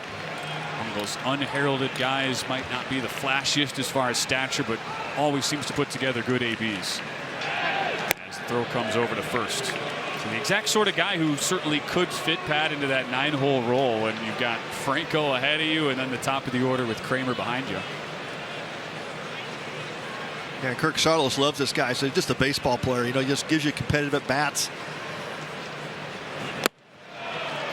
So will find his way into this lineup, and he certainly has tonight, getting a shot to start his first game in a Horned Frog uniform, and he's already delivered a run via free pass. Got hit back in the second. Got a stolen base as well. Part of that 2-run second inning for TCU. They lead it 4-1 here. Runner goes. That is inside on a slider.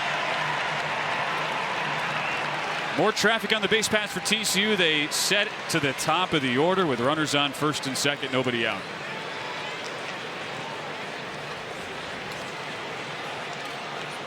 I'll make that the 4th walk. A couple of hit batters as well. So 6 free passes here in just 3 innings. And Matt Hobbs not too pleased with what his pitching staff has done so far.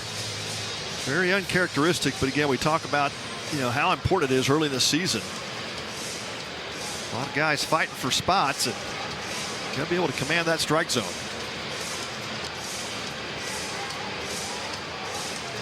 Matt Hobbs out there, as you mentioned, Pat, talking with Jackson Kircher. And Hobbs, such an awesome person on this staff for Dave Van Horn. What an asset he has been. Most pitchers drafted in the country going back to 2019, both overall as well as in the top 10 rounds. They added on to that last year Gage Wood, 26th overall, Zach Root, a compensatory first-round pick, and just a couple of the many faces that Arkansas have to replace on the pitching staff this year. You saw Tate McGuire there, who's another big-time draft prospect. He's getting loose in the pen.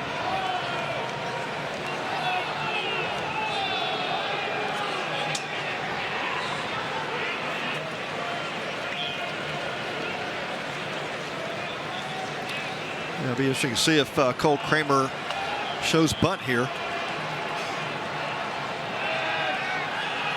Not giving it away that time. The inside move did not reveal, and now we got a first base umpire, A.J. Wendell, calling for a clock violation. So pitch clock violation is called on Kircher. It comes from the first base umpire, like you mentioned. Don't see that all that often. So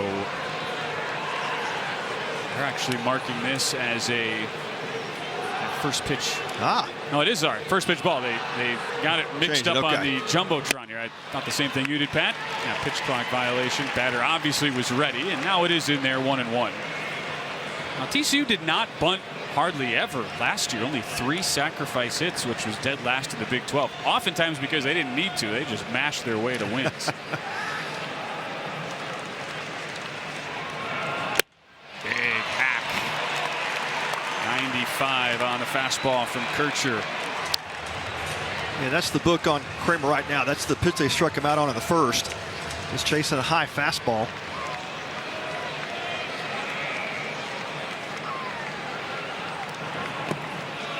Good pick by Helfrich over there. Made it look routine as the count goes to 2-2. They didn't want to get down to block that, take the chance of the ball getting away and creating advancement on the base pass, but just went down and picked that one that time. Tough slider in the dirt. Another high leverage pitch early in this game for Arkansas. Blasted to the right side. Down for Kramer as he delivers. Franco in from second, and the Horned Frogs tack on. It's 5-1.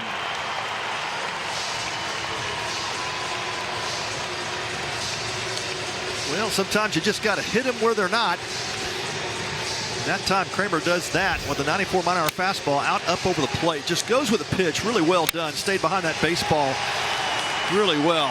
Hits it towards that gap in right center. That accounts for an RBI. And another run on the board for TCU. They get that run back that they gave up back in the third. That'll be it for Kircher. First 3 reach in the home half of the fourth. Jackson Kircher, a really good first inning. Spotty in his second. And Dave Van Horn will go back to the bullpen in a 5-1 game. Arkansas just trying to stay within contact here against TCU. We'll get a look at our new pitcher on the other side. Horned Frogs up 5-1.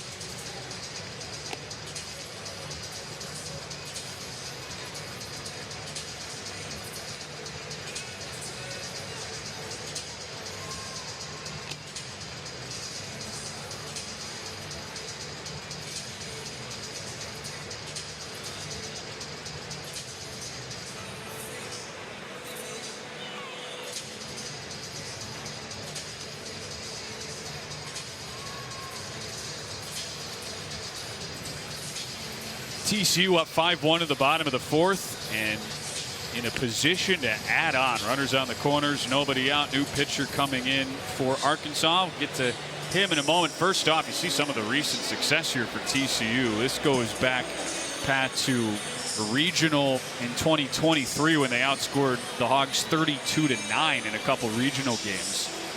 So you include those along with the game tonight, 56-18. Not many teams have ever done that in the last decade against Arkansas. Yeah, I would say answer to that question would be none. That is a pretty obscene statistic, especially if you're an Arkansas fan. And, you know, every once in a while you come across a team that kind of has your number, and seemingly it's TCU with the Hogs. But yeah, this game is long from over. But right now, Tate McGuire needs to figure out how to stop the bleeding. Tate McGuire facing Sawyer Stroh-Snyder. Tough welcome to a ball game. So Kircher there in the dugout. He's still responsible for the 2 runners out there, along with a hit and a walk in his inning of work. Tate McGuire got a save in this ballpark last year against Michigan. That was his only career save. Guy was a midweek starter at times last year, and he just misses the zone with a 92-mile-an-hour fastball, 1-1. Yeah, McGuire's a great guy to have in your pen. He's a swing guy. You know, he can close games. He can pitch in the middle, late inning games. I mean, now he gets a chance to try to get extended tonight. But you know, had a great summer. Had a .96 earned run average in 18 innings for Wareham in the Cape Cod League. But one of those 5-pitch mixes, fastball in the low 90s, slider, cutter, changeup. Hard hit right to the second baseman, Cam Kojal. 110 off the bat. Kojal was positioned perfectly for a loud first out. Yeah, that ball was smoked. Yeah, timed well by Stroh-Snyder, and good thing it was a pitch down in the zone. Had to go down and get it. The ball was just slammed to Kojal at second base, and great base running right there to get back at first is Cole Kramer. He took about 2 steps towards second, had to reverse course quickly to avoid that double play. Chase Brunson has had a big night. Launches that first pitch. Cut fastball, slide low and away. 5 pitches Tate McGuire can throw. Just another part of what makes him so valuable as a late reliever. He can work deep, can go midweek starter. Here he finds the zone here, and it's 1-1. Yeah, good slider down in the zone. Absolutely. Good tumble on that pitch. Really sharp breaking ball, and that's where he needs to place it. A little high, and it's 2-1. Talk about the history between TCU and Arkansas. Arkansas leads the all-time series 48-26, but it was that 2023 season we were mentioning. That was the TCU Magic carpet ride run to Omaha, and it started at Bob Walker in Fayetteville. I mean, they went in there, couldn't have been hotter. That's right. Over the top on a changeup, and it's 2-2. Yeah, we talk about that all the time in baseball. You know, oftentimes it's not the best team that wins; it's the team that's playing the best at that particular moment. TCU was riding the wave. So Ryder Helfrich set the defense ahead of a 2-2 offering from Tate McGuire. Yeah, Arkansas just a couple outs away from getting to the College World Series finals, and something that's really been a struggle for these Arkansas teams over the years, but key is they continue to get there. Kojal waving everybody off. Will they try to tag? No, not nearly deep enough. What a job by McGuire. Gets the line out, now a pop out, and it remains first and third. Yeah, great job by Kojal to get back in quickly. Got some speed at third base with Gargett.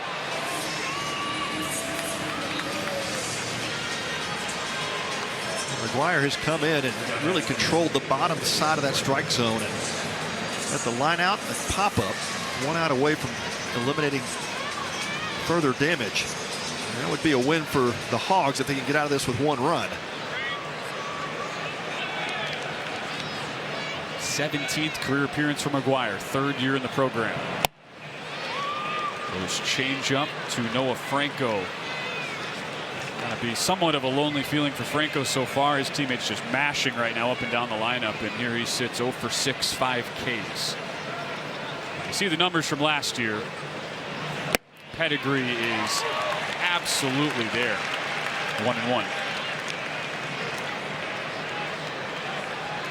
Yeah, no doubt. I also could see Franco off the mound at some point. I thought that pitch was a bit outside, and I think that's exactly what the technology tells us. Yeah. Runner goes. Helfrich faking the throw to second. They concede the stolen base for Kramer. You and that flow tracker, Pat, are always just that tracker, simpatico. Man. I'm telling you. Yeah, Helfrich just puts that one in his back pocket. Didn't want to take the chance with Garbutt at third. Wave and a miss. Change up to even the count at 2-2. That's a big uppercut type hack from Franco.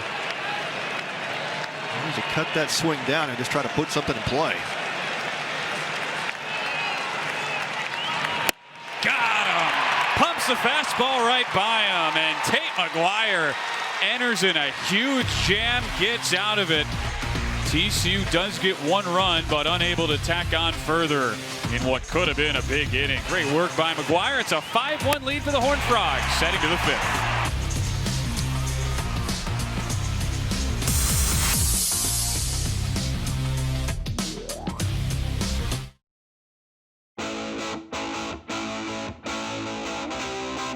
How are you, buddy? Good, how are you? I'm doing good. Coach Sarlos. Nice to meet you. Nice to meet you. Fisher being around, it's really neat and cool because, you know, he's 12 years old, about to turn 13. Baseball player, shortstop, football player, quarterback. So really, really good athlete. What happened? So I was playing football, ran a QB sneak, fell on my wrist, and I broke my growth plate. I was thinking I might have ruined my sports career. Shriners was really an answer to prayer because we weren't sure what the next step was. Walking in knowing their goal was to get him back in the game was all we needed to feel like we were in the right place. Shriners Children's is a global leader in sports injuries and rehabilitation. Sports medicine has been extremely important for us as we continue to try to help the children and their families, regardless of the ability to pay. What's really awesome about Fisher is that he's such a high-spirited, high-energy kid, even though this did happen to him. Having him out here is really important to us because it shows there's a place for everybody on this squad. Fisher's part of our family now, and he's part of Shriner and their family. Our job as a family is to look out for one another. Go Frogs!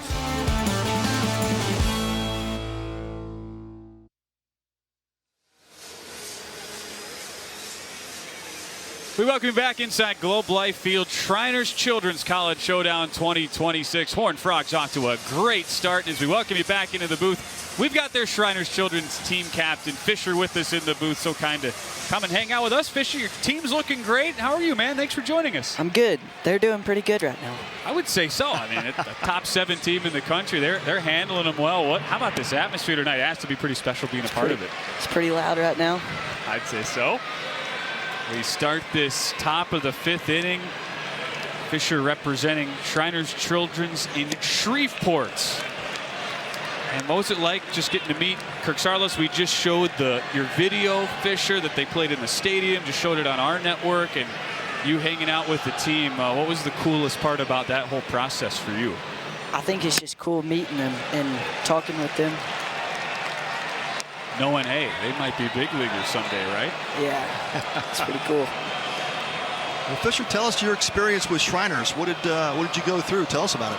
So I broke my wrist, and they helped me back to be able to, I had to have surgery, and it was a really good experience because they were really helping, and they were really into actually being around.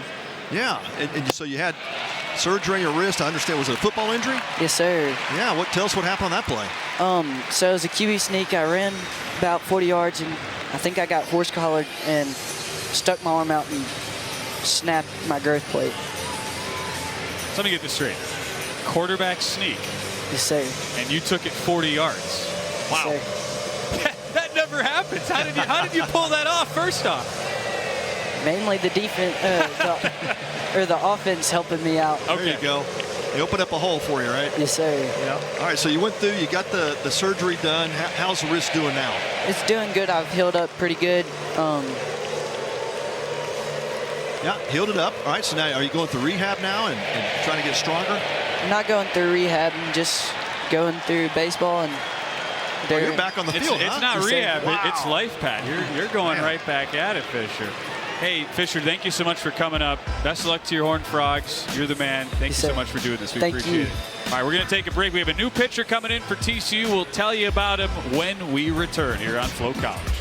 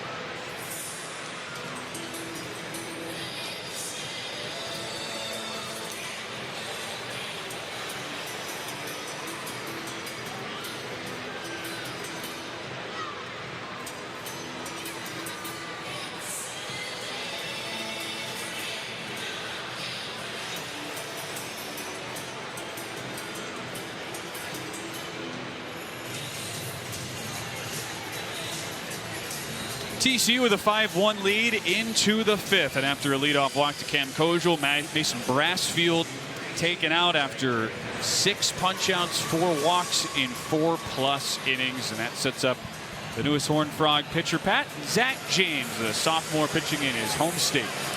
Yeah, what a thrill for Zach James, a Flower Mound native, just now 20 miles away.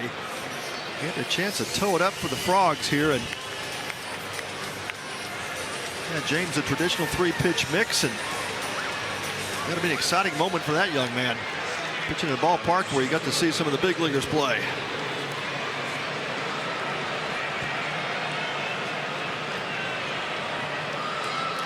Immediately has to face the heart of this Arkansas order, though. Micah New does offer on the bunts. That is strike 1. And James, 10 appearances last year, did make 4 starts, 20 innings. And with the roster limitations this year now in college baseball, TCU certainly did not add a ton with how good their returners were. There is some opportunity here when you think about where this staff is at. They did lose a couple important pitchers. Ben Abeltz, who didn't pitch all of last year with Tommy John, he was a focal point, though, of the staff for a couple seasons, and there's a lot of roles still up for grabs here. There's no doubt. Pumps in the fastball, 1-2 to Micah New.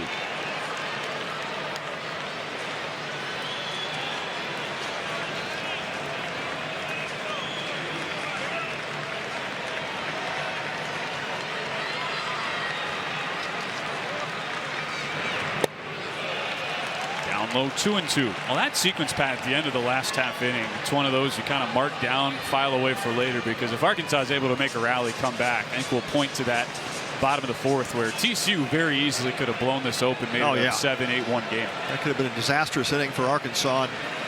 And Tate McGuire limited the damage, did a great job getting out of it. New works a full count.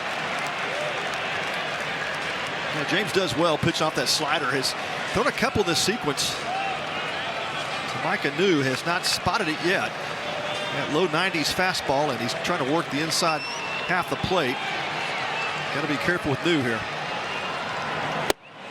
Taking, and it's low. Ball 4, 2 on, nobody out on a pair of free passes. Yeah, 5th walk of the night for TCU pitching staff, and this one just below the zone.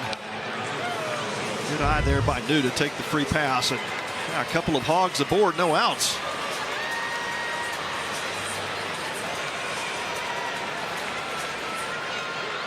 Tying runner in the on-deck circle is Kuhio Aloy. Steps in. You see New at first, behind Kojal at second. Wow, looking to send that one to Denton. Almost swung right out of his helmet. Whew. Talk about those angry swings, and love to get some measurement on how fast that bat speed is. Makes that bat look like a little twig. Fastball just outside, 1-1. It is so hard to believe that Kuhio Aloy was recruited to BYU as a pitcher. Yeah, when not you with watch those him arms. swing the bat. Must have been about 30 pounds ago.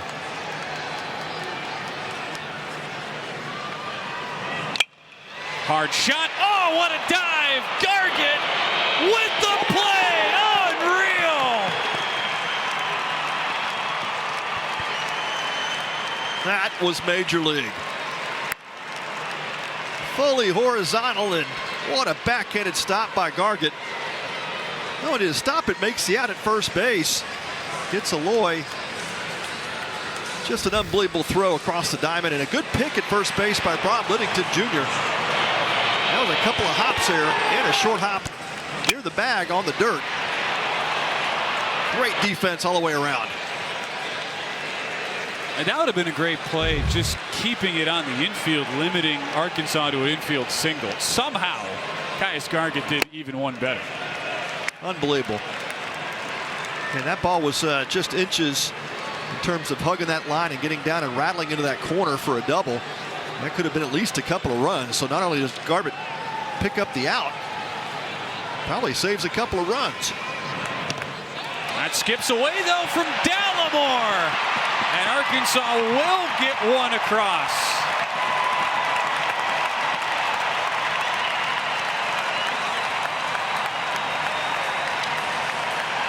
Remember, this is a freshman in his first career appearance at catcher. He was the DH last night, and he's had a couple get away from him. Yeah, he sure has. I'm sure he'll agree that this is a pitch that should have been stopped. It's going to be a second pass ball of the game. And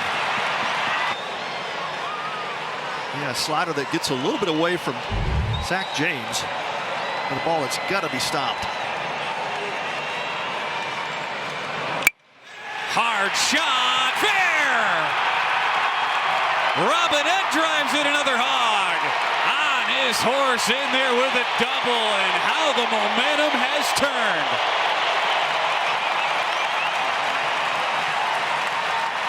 Well, you called it, Ben. You know, you get down to the last inning with one run, and what a job by Tate McGuire on the mound for the Hogs, and that momentum shift was felt, I'm sure, throughout that Arkansas dugout. They take advantage of a couple of walks to lead off this fifth inning, and they have scored both of those off the double by Reese Robinette. It's a brand new ball game. They are back in it.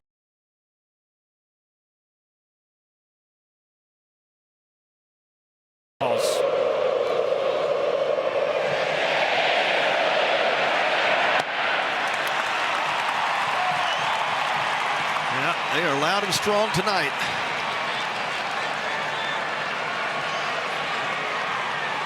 Great camera shots all weekend here at Globe Life Field. Nearly 20,000 Arkansas fans in the building. Pompey now cracks one foul.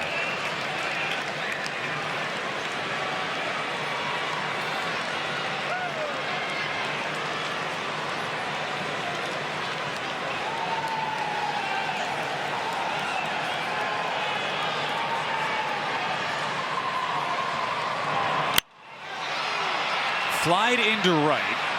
Stroh-Snyder over. No tag attempt here from Robinette. That does close the book, though, on Mason Brassfield with 4+. Ends up responsible for the first run of the inning, and Kojal that scored.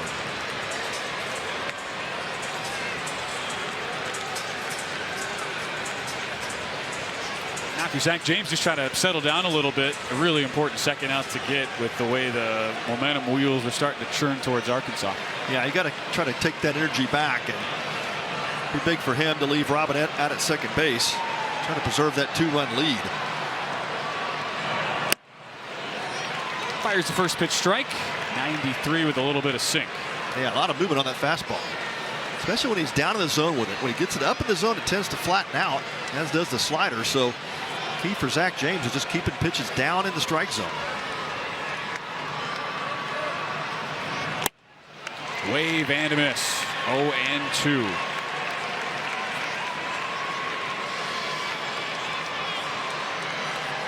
Brumbaugh call timeout. Lost the grip of that. Wants to get a little spray on the handle.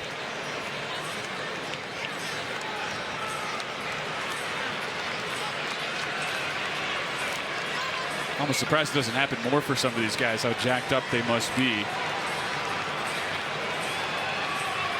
The freshman's handled himself extremely well. Could be a potential two-way player as well. Carson Brumbaugh had a single earlier. Fastball nowhere close. 1-2.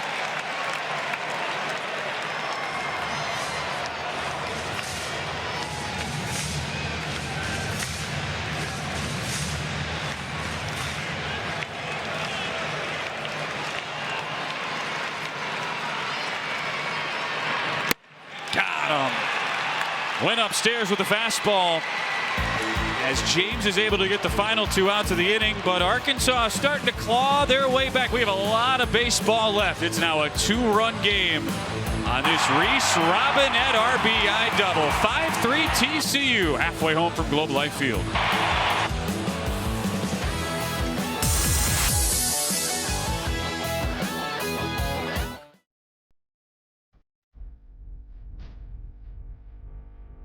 Today we're here at the University of Arkansas. Autumn, who we're so excited to have with us, going to meet my team for the first time, and they're going to get to meet her. Hi, Autumn. How you doing? Good. How are you? Great. Nice to meet you. Autumn is a patient at Shriners Children's where she received treatment for scoliosis. Whenever I did cheer, my back was always hurting. We mentioned it to the doctors. I started at a 22 degree. Mine was like straight at the top and then like curved and also bent out to a 33 degree. Shriners really helped me with it. They made a brace to fit me. It pushes my spine to go straight. I was braced for about 2.5 years. I would go back every 3 months. Prosthetics can cost anywhere from hundreds to thousands of dollars. That weight is lifted. They do it all regardless of the family's ability to pay. It's really cool to have someone like Autumn come in and tell her story about Shriners and everything that she's been through. I can't believe that there's a place that you could go to as a family and just to know that they're getting taken care of in every single way.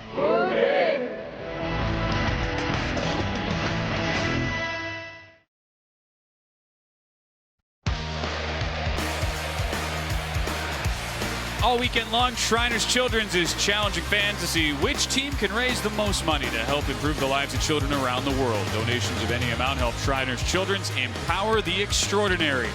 Donations of $100 or more earn an exclusive Shriners Children's t-shirt. To move your team up in the fundraising leaderboard, scan the QR code on your screen or visit shrinersshowdown.org to donate and support Shriners Children's today. Great scene here at Globe Life Field in Arlington as we head to the home half of the fifth. It was a quiet start for the Hogs. They've got a lot to cheer about. Even more to cheer, Pat, during that last half inning break. Yeah, great honor of Norm DeBryan, longtime head coach for Arkansas, and a guy that I had the pleasure of playing against when I was at Baylor. And Norm DeBryan, just an absolute legend in Arkansas baseball history. And as Greg Gentry told us that only 2 coaches in the last 45 years at Arkansas, Norm DeBryan and Dave Van Horn. But what an honor for him here just last inning as he was inducted into the College Baseball Hall of Fame just a few days ago. What an incredible class this year in particular. Swing and a miss here as Tate McGuire's back out for a second inning of work. Gets one past Rob Liddington Jr. Just to name a few, David Price. Tim Corbin got to be there for Price's induction. Steven Strasburg, not a bad career. Mark McGuire. Just misses outside here, and it's 2-2. Phil Nevin in there as well. Chris Benson from Clemson. Oh, yeah. They also had the first ever agent inducted. Scott Boras was inducted. I'm sure that drew some mixed reactions. Swing and a miss here by Liddington. Well, not for the players. No, of course not. Nor their wallets. No, they loved it. That's right. How about Tate McGuire, man? What a 4 batters faced to come out of the pen and completely neutralize what had been a red-hot TCU. Yeah, retired 4 in a row, a couple by strikeout. And here's some great stuff he's flipping up there, too, and really controlling the strike zone. And, boy, that's the name of the game. We've seen pitchers struggle with the zone, and typically bad things happen, and McGuire is coming out throwing strikes and challenging these Horned Frog hitters. Came in with runners on the corners, nobody out in a 5-1 game. TCU is a big hit away from blowing the game wide open. Instead, 20 minutes later, it's 5-3.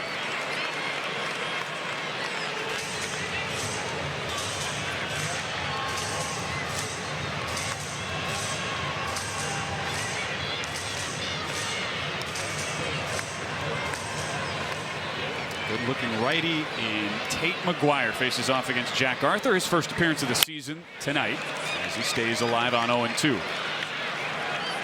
Ben, I remember pitching in front of 70,000 people in Havana, Cuba when I played on the USA team back in 1987. And we were the first American team to go down in 27 years to play the Cuban national team. And I'll tell you, these big crowds, you try to tell yourself and as an athlete to just focus and play the game, but I promise you it gets to you a bit when you hear the crowd noise, and it's not like you can't just totally shut that stuff out. Sure, there is a home field advantage in every sport. There's a good reason for it. Take a look at this Arkansas crowd tonight. There is some purple on the first base side, we promise you, but Arkansas fans outnumbering by about 15-1. On a scale of 1 to Arkansas, how intimidating were the Cuban fans? Oh man, yeah, it was quite a raucous, and you know the worst part of it was I pitched the first game down there, and of course Fidel Castro shows up, and as one does, crowd goes bananas, yeah. And they did have a lot of military presence there, so I imagine their crowd was told they had to cheer for the El Presidente. What a time to be alive! Oh my goodness! Yeah, I'll never forget the speech out in front of our dugout with Fidel, and of course Ron Frazier, the longtime head coach at University of Miami, was our head coach as Arthur goes down swinging. But Fidel wanted to talk to our team before the game, and Frazier was having none of it, but he's the Presidente, so we had to listen to him. Yeah. Remember what he said? I do. Yeah, absolutely do. And at first he talked about his time as he was a big baseball fan and a player. He actually played Double-A for the Havana Dodgers.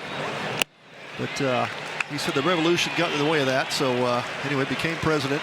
Just a small thing that popped up. Yeah, but he did tell us in very broken English that he was glad we were there to play and that we will beat you and show you no mercy. Now there are baseball stories and then there are baseball stories. Let's see, did Robinette hang on? He did. On the throw from Pompey. Nice quick inning for Tate McGuire. As he goes 6 up, 6 down out of the pen. It stays a 5-3 game to the 6th.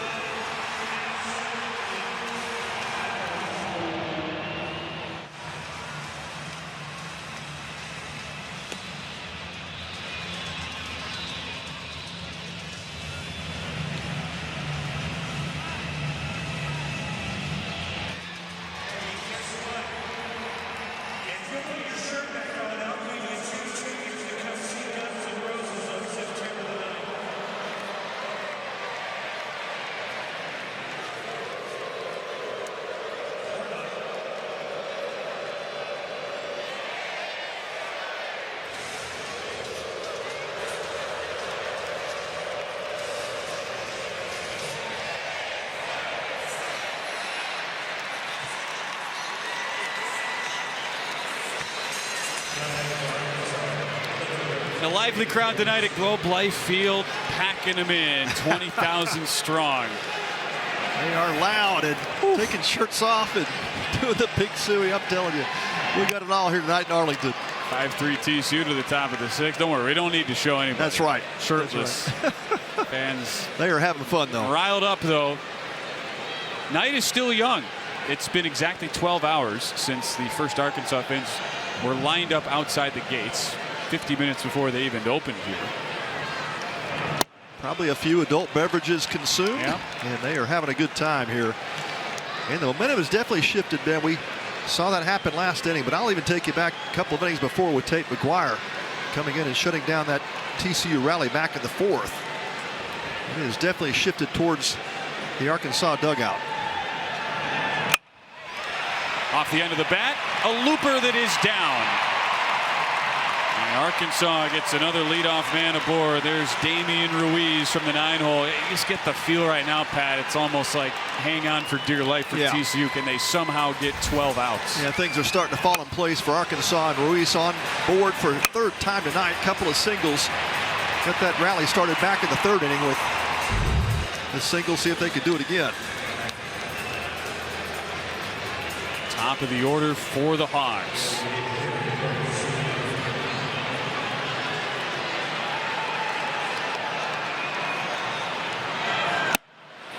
contact. James finds the zone. He came in first pitcher out of the bullpen for Kirk Saarloos after a leadoff walk last inning that ended Mason Brassfield's night. 2 runners in from Arkansas in that top of the 5th.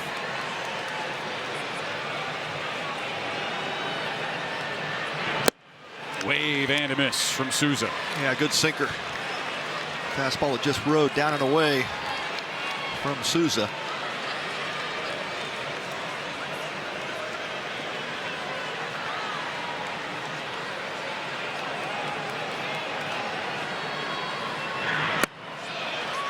High and away, 1-2.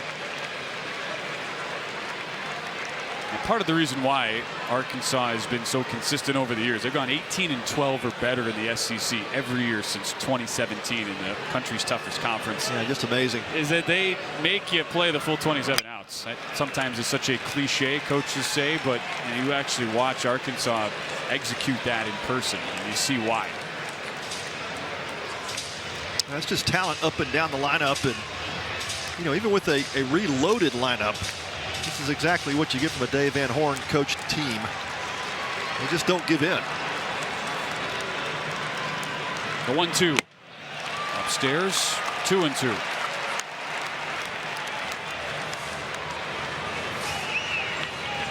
And the 11 that were drafted last year tied a program record. They had 64 draft picks in the last 7 years.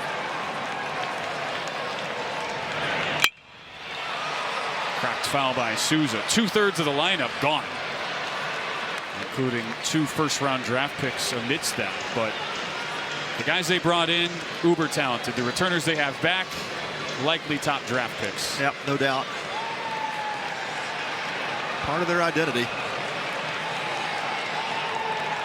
James has him set up for something inside. Can't quite get it on his hands, and everything's been outer half of the plate.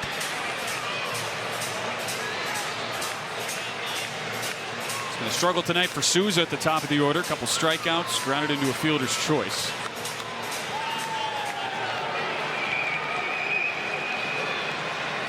They envision him as a great table setter this year, though. And a good AB fouls another one off. And that time the changeup off the arm of James and kind of pulled that inside. Souza battling well, keeping this at bat alive.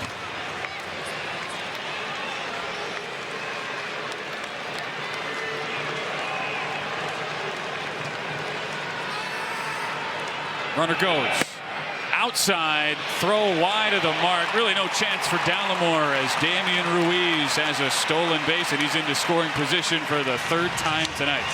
Yeah, definitely stolen off of James. Ruiz got a huge jump at first base, just not paying much attention to him, and Ruiz said, "That's fine, I'll take second base." Last year's Southland Conference Hitter of the Year in Damian Ruiz. He can both hit and run.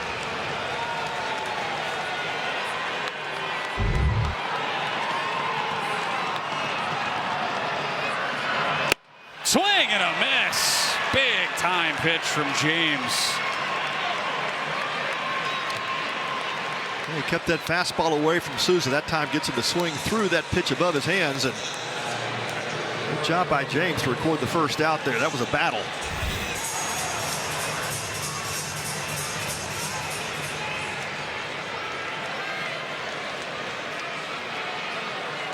James awfully fired up after that pitch. Had a good amount of ride to it on our flow tracker coming up and out of the zone. Ryder Helfrich now popping one foul. Just the difference between 2 on, nobody out versus 1 on, 1 out with Helfrich just has to feel like a world of difference if you're a no pitcher. doubt. That's a confidence builder for sure. You get the middle of this lineup coming up, and definitely don't want to have to face with no outs and Helfrich. The former competitive dirt biker, Ryder Helfrich. Certainly had the name for it, but he eventually gave it up. Yeah, good decision. Fouls it off, 0-2.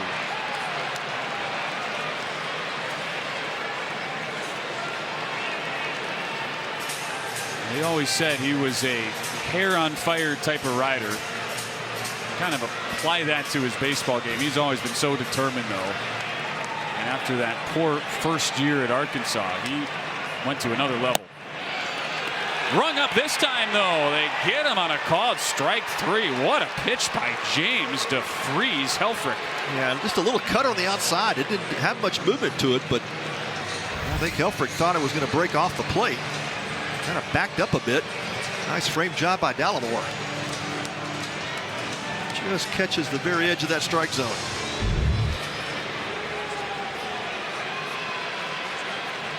James strikes out hitters 1 and 2 in the Hog order. Kojal now up as James looks to strand Ruiz at second. Well, it's going to be really interesting to see what happens at the major league level now that they're going to have the pitch tracker in use with the challenges by the hitter, pitcher, or catcher.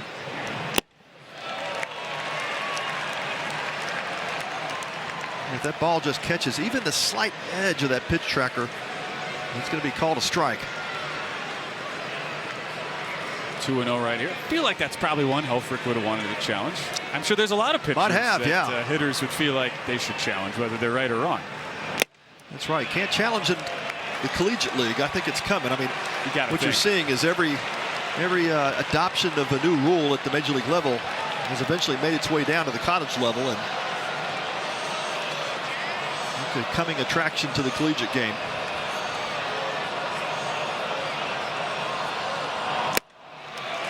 Four-pitch walk to Kojal. Brings up Micah New. Another big spot for the new Hog. It looked like James was being really careful with Kojal there, not giving in. Of course, you hate to see that with a 2-run lead, because now the go-ahead run comes to the plate with a guy with a ton of pop. And New was the first batter James faced when he came out of the pen and walked him.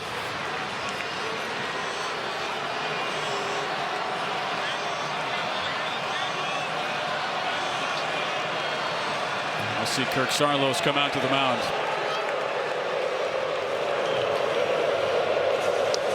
Yeah, one time around the lineup, I think that's what Kirk was thinking as well, is not going to take our chance here.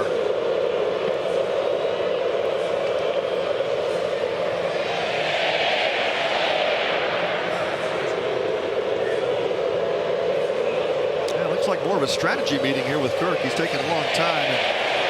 And there's some action in that TCU bullpen. No signal yet. There's the look down there at the TCU bullpen. All right. He's keeping him in. All right. Stick with him.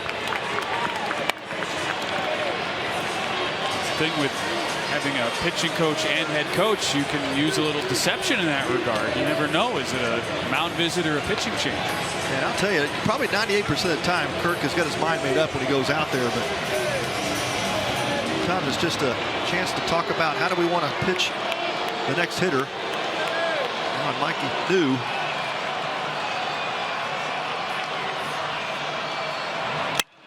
Driven hard, but foul. On the 40th pitch thrown from Zach James.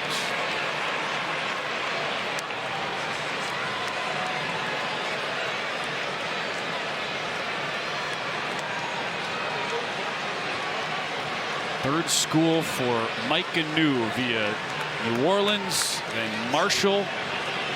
Now a Hog in the SEC.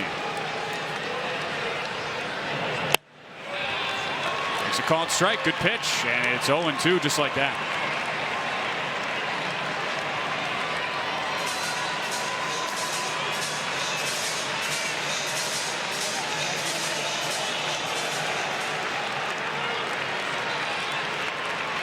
Ball game that has lived up to its hype. 5-3 here in the 6th. Alomar handles it after it pops out of his glove. Two teams with visions on Omaha. After Arkansas lost in heartbreaking fashion to LSU last year, the eventual champs, TCU dealt with tons of injuries going out in regionals. They square off tonight, and the 1-2 is on the outside edge. Zach James fired up as he gets TCU out of a jam, and the Horned Frogs maintain their 2-run edge to the home half of the 6th.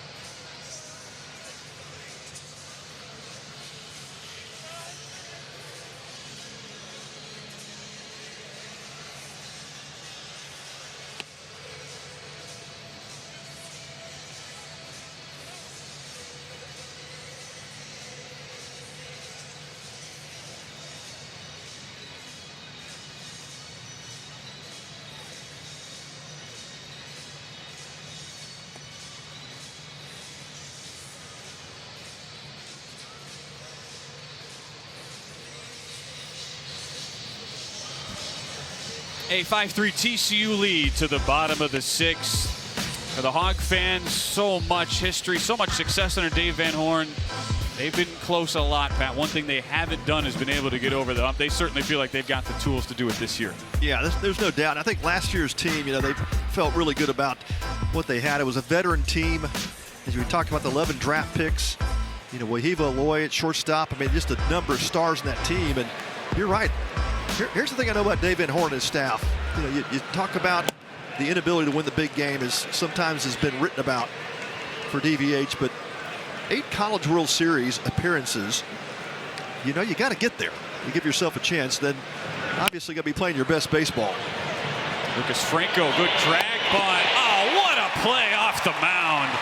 Tate McGuire has been out of this world. And what can't this guy do? Man, I'm telling you, he just entered the game and just had that mindset that TCU is just not going to score any more runs. I'm going to let my team get back in this game, and we're going to take it over. And McGuire's doing everything he can to make it happen. Franco with some pretty good wheels down first baseline and just nipped him at first on that bunt attempt. Good idea by Franco, though. You got McGuire's been practically unhittable since coming into the game and just trying to get something going. Big wave and a miss. Caius Gargett in a 1-1 count. Classic example of a pitcher, though, in Tate McGuire, who had mixed results. ERA was decent, 4.55 at Arkansas last year, but goes to the Cape, had success, and in a league of talents that elite, Pat, go a sub-1 ERA in a wood bat league, especially the Cape, you just come back a different person a lot of times. Yeah, that's just a huge confidence builder for any pitcher. And you're facing practically an all-star lineup every game. Gargett into right center. New has plenty of space out there and makes the catch. That is the first ball hit out of the infield since Tate McGuire came in. Technically, Brunson popped out into very shallow right field, but first ball hit at all hard off the bat. Yeah, he has just dominated so far, and great outing, and that's exactly what you need when you come out of the bullpen. Just plug the holes, give your team a chance to get back in the game. Arkansas has done that. And McGuire continued to dominate on that rubber. Just misses outside to Cole Kramer back to the top of TCU's order. Washington State transfer coming back last year. He gets under this one to right. Aloy got turned around a little bit, able to track it down, and another 1-2-3 inning. How about Tate McGuire? 36 pitches, 9 batters faced, 9 outs to keep Arkansas in this game. They trail by 2 heading to the 7th.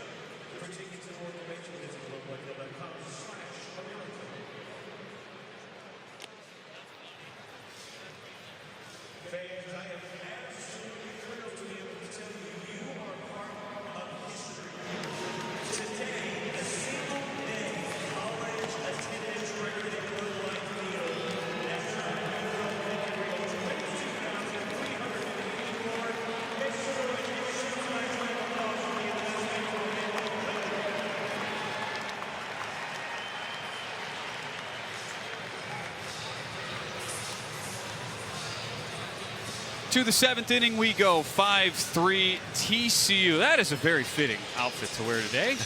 Exactly. Works perfectly. If you're a Hog fan. Oh, Valentine's Day at the ballpark. We have had tremendous attendance all weekend. How about this, Pat? 22,384 tonight. Wow. Incredible. Congratulations, Rev Sports. The visionaries behind this college baseball showcase over the course of 3 weekends. Of course, this is opening weekend, and what a vision that the Texas Rangers and Rev came up with years ago. Set this thing in motion, and look at the result. We've got some of the premier teams in all of college baseball facing each other this opening weekend, and the fans are coming out to support it in mass. Feels like a grandstand finish still to come, and what a great final hour we've got on tap. Kuhio Aloy leading it off for Arkansas in this top of the 7th, and how big was that 0 that Zach James was able to put up in the 6th? Just felt like for TCU they were losing control of this game after the early 5-1 cushion. Yeah, had the Ruiz single to lead off the 6th, and James working around it. That ball smashed. Aloy turns this around. Upper tank Kuhio Aloy, and it's a 1-run game.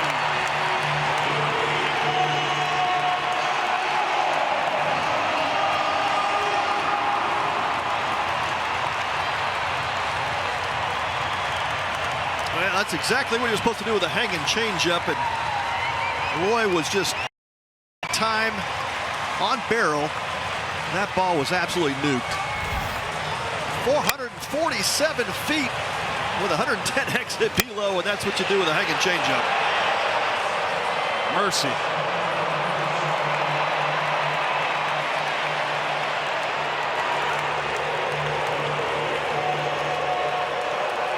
Kirk Saarloos rolled the dice, let James face Aloy a second time out of the pen, and that backfired. The second longest home run of the weekend. Somehow that was not the longest pen. That's amazing. 447. That'll do it for James, and it is a 1-run game. Oh boy, here we go. Top 10 showdown, 5-4. Still so much to play for with Reese Robinette coming up. How cool will this be? TCU going with the two-way player Noah Franco comes to the mound next.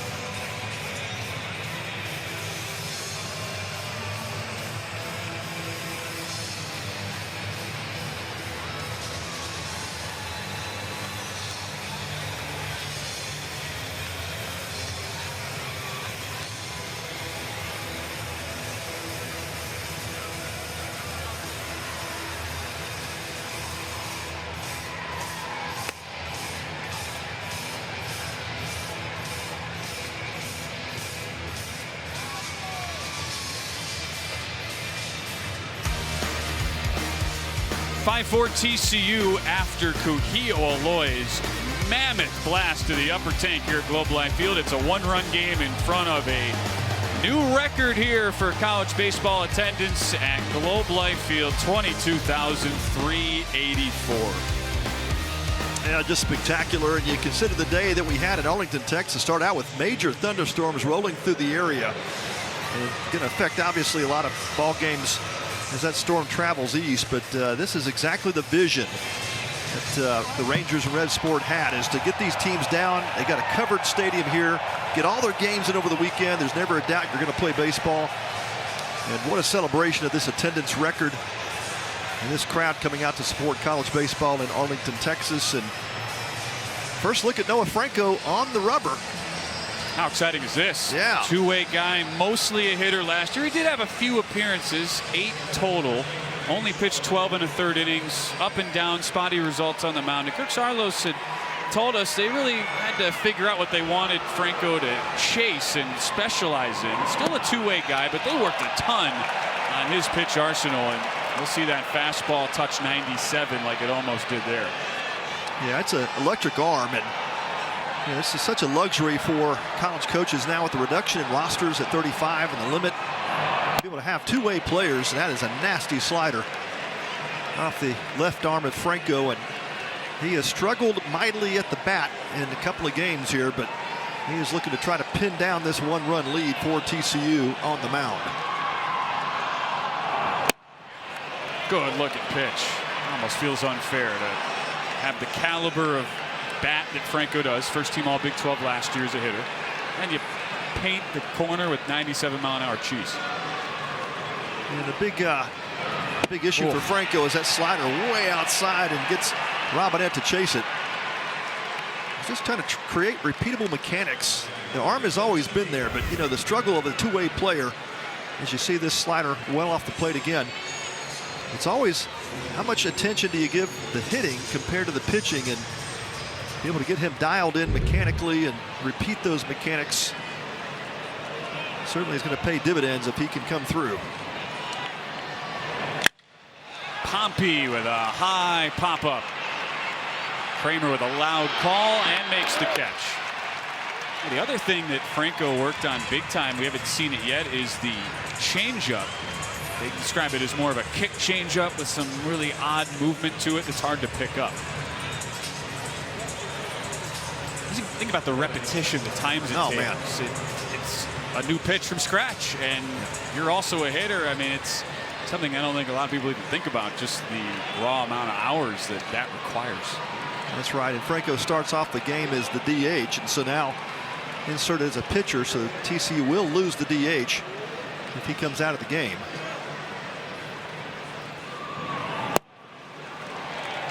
Fastball hits 98 there, down and into Brumbaugh. And it is not comfortable to catch a pitch like that off your thumb, and Alomar is sure gonna have to ice that hand after this game. They stretched him out once last year. He did go 4 2/3, 69 pitches, pitched well against Arizona State. This is poked foul. There's a world in which he could potentially close this one out, but you got to think for TCU. I mean, there's so many questions about, with all the different arms they have, who do they go to at the back end of the bullpen, and we're kind of learning right along with Kirk Saarloos in real time. Yeah. I think a lot of these pitching coaches are trying to figure out the roles going forward, but yeah, Franco definitely has closer type stuff.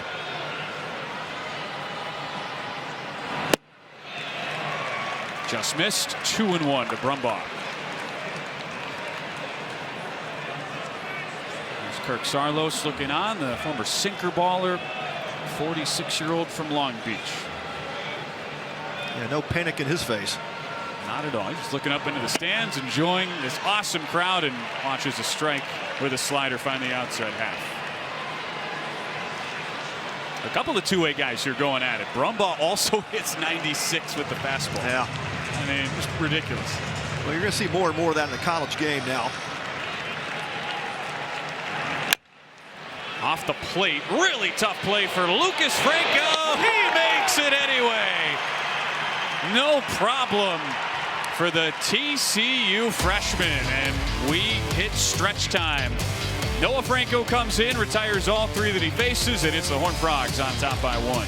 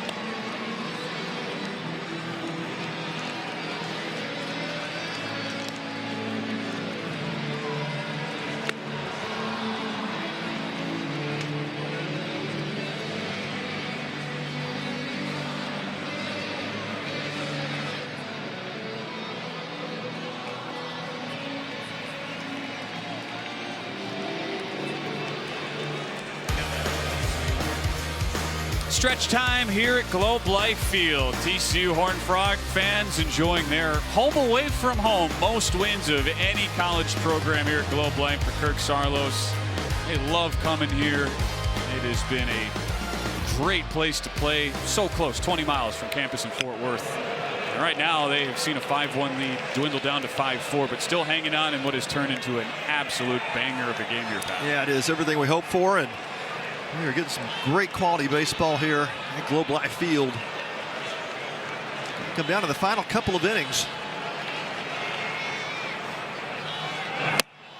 Wave and a miss. Stroh-Snyder out in front of a change. And Tate McGuire continues to deal. As long as he's at the game, Pat, you just kind of assume the final scoreline will have a 5 next to it. Yeah, for he's TCU. taken over. Yeah, he'll go as long as he can. What's left in the tank after 3 innings? Jam shot. Two-hopper. Brumbaugh. Got him. 10 up, 10 down for McGuire since he came in back in the 4th. Remember, that was a 1st and 3rd, nobody out situation. Run was already in. And TCU up 4 runs. Tate McGuire has single-handedly turned this thing around from a pitching perspective. Yeah, he has shut down this TCU lineup after they get out to that 5-run lead. And 39 pitches, 26 for strikes, 67% strike rate. And he has got complete command of all of his repertoire. This is a staff that is predicated on throwing strikes. Another first pitch strike here to Chase Brunson. Pop up that should reach the seats, and it just will. Yes, Razorbacks have a pitcher coming back in Parker Coyle who actually led the country in strike percentage last year. Had over 73% of his pitches find the strike zone. That's pretty amazing. Well, McGuire looking to top that tonight. He is on pace. There's a souvenir. How about that? In on the hands. This will stay in play, and it's fielded by Robinette in foul territory. And McGuire is doing it in quick order as well. 3 2/3 innings. The line is clean. No hits, no walks, 3 punch outs. He has faced a total of 11 hitters.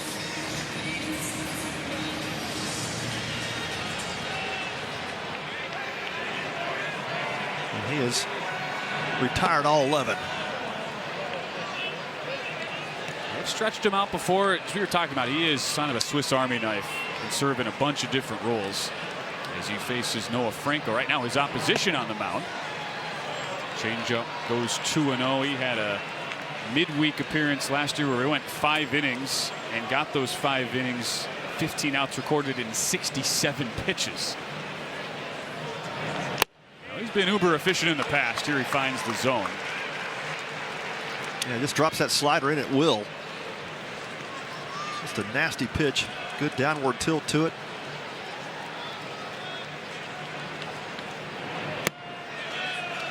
Three and 1 to Franco.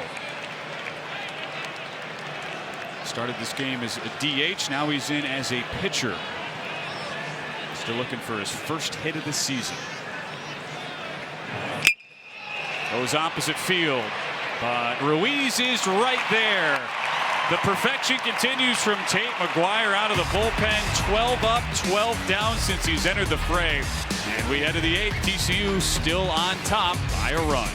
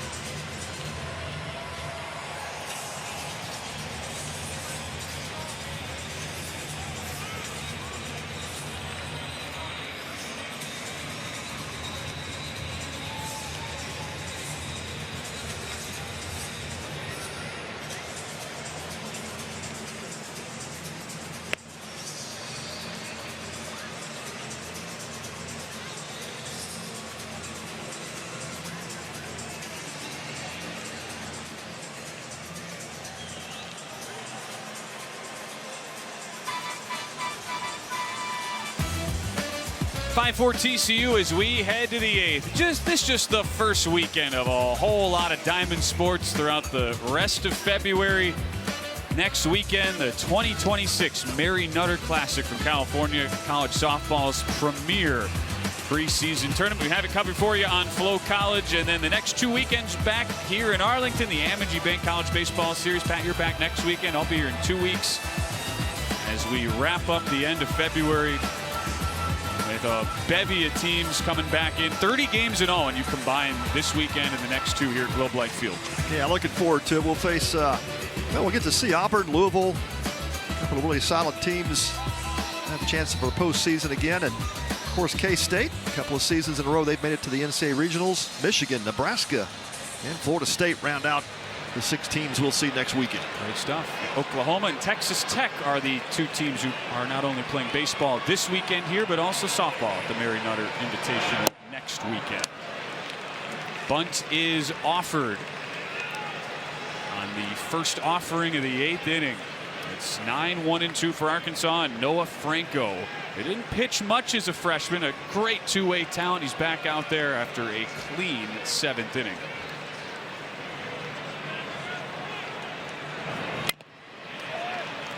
It's the 0-2 count. No margin for error, though, after Kuhio Aloi's solo shot chased reliever Zach James from the game, brought this to within 1.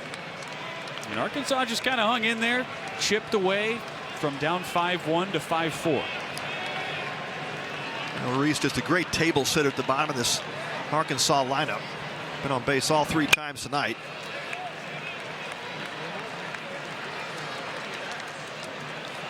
Creates a ton of havoc on the base paths. Big first out for Noah Franco if he can get him. And Ruiz hit leadoff at times throughout the fall as well in some of their scrimmages.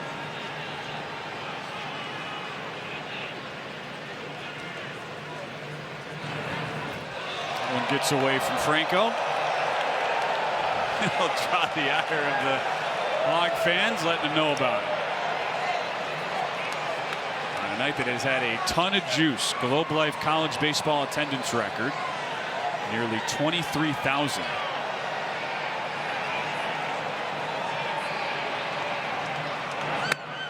Check swing, did not go. 2-2. That attendance mark, by the way, Pat, would have been higher than the major league average of 8 different MLB teams last year. Well, what an atmosphere to do it in. It just means you got to invite Arkansas every year, right? I think they so. bring the fans. Good take. Count runs full to Ruiz. Yeah, has he been a fiend or what in that 9 hole? Oh, he sure has. He brought a .388 average with him from Lamar. 15 stolen bags, and just a great profile for a top of the order or 9-hole hitter. Not close, and a big fist pump towards his dugout as Ruiz is on base a 4th time tonight with the top of the order coming up for Arkansas. Yeah, that time works the 0-2 walk. This is how Arkansas has started a couple of rallies. He's been the catalyst. The previously quiet TCU bullpen will start to get active. Here's Nolan Souza. Gargett in on the grass at third base, expecting bunt. It's a take and a called strike. For all of its power last year, Arkansas had 127 homers, which was 4th in the country. They got down a lot of bunts. They were top 5 in the SEC with 19 sacrifice bunts. They certainly aren't afraid to pick their spots for small ball.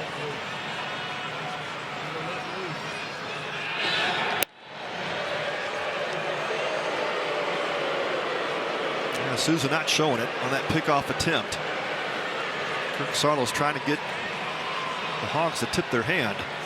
Looks like Souza's going to be swinging away.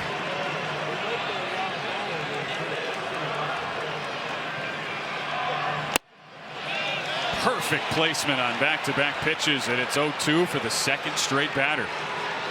Yeah, 96 mile an hour at the knees on the outside corner.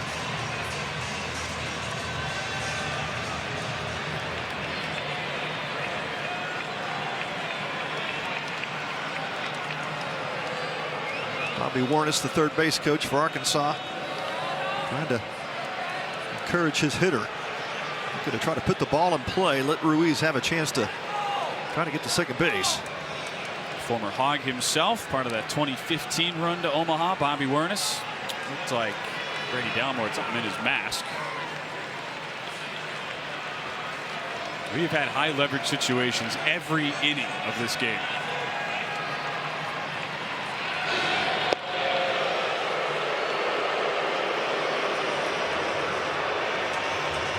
Franco not especially quick to the plate. 0-2, not typically a good pitch to run on.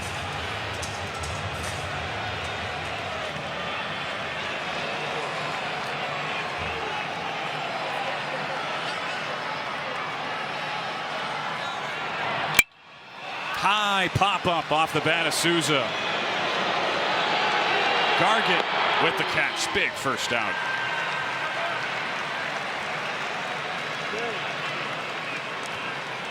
That time Franco goes slider and Souza gets underneath it. What a saliva-inducing matchup this is. Oh, man. Noah Franco, the outstanding two-way talent against one of the best hitters in the country. Ryder Helfrich, preseason All-SEC, 2 homers last night. 1 for 3, single and a walk tonight. Takes a fastball outside.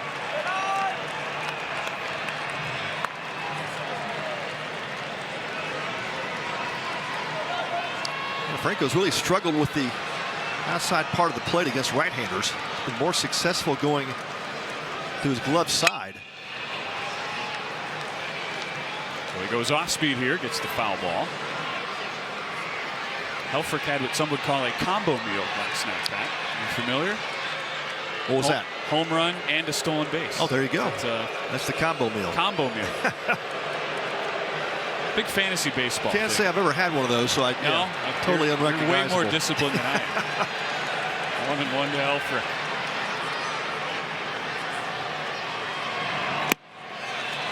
Outside, 2-1. He used to rip the tabs off his batting gloves as a kid when he got mad, and his mom Misty said, "I'm going to stop buying you batting gloves if you keep doing that." That's the sort of competitor Helfrich has always been.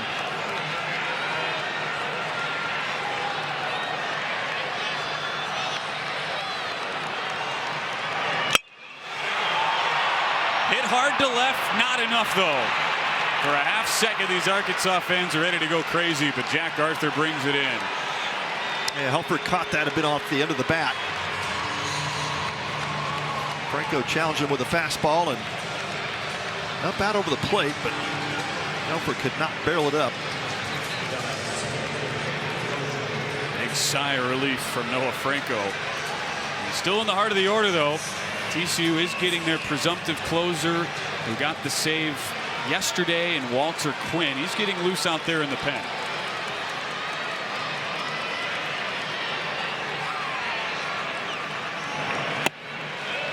Good looking slider in this lefty-lefty matchup. Yeah, front door slider, good break. Good strike one on Kojal.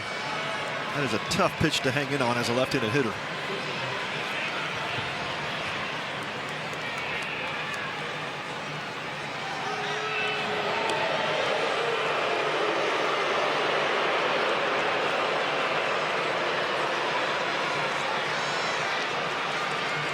Well, it would be interesting if they gave Ruiz the green light here, trying to get him to second base.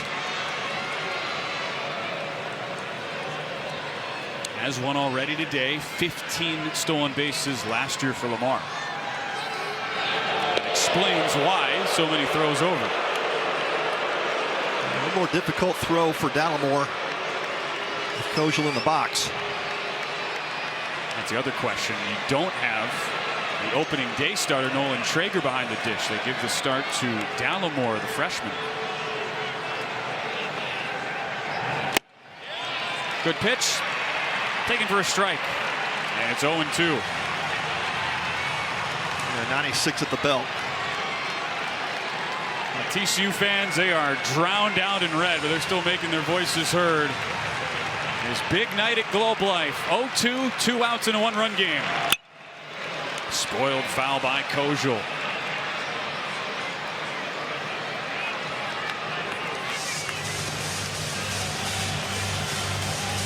Kojal, preseason All-SEC. He is no stranger to performances in big league ballparks. Started his career at Vanderbilt, went to the Astros Foundation tournament, had a 4-for-5 day with a homer against Texas. Runner does go, and the throw is pretty good, but just a hair late. TCU thinks they've got Ruiz.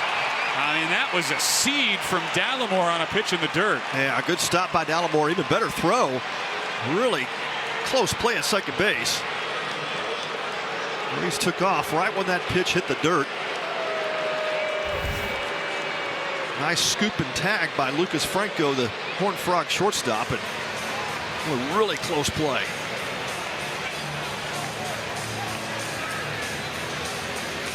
Looked like he just got it. Yeah, looks pretty safe from here. Yeah, you saw Cole Kramer, the second baseman, immediately signal for the replay, but he was running to try to back up to second base. Didn't have the best angle on it. Certainly Blake Felix, the second base umpire, did. Ruiz looks like he beat that throw pretty comfortably.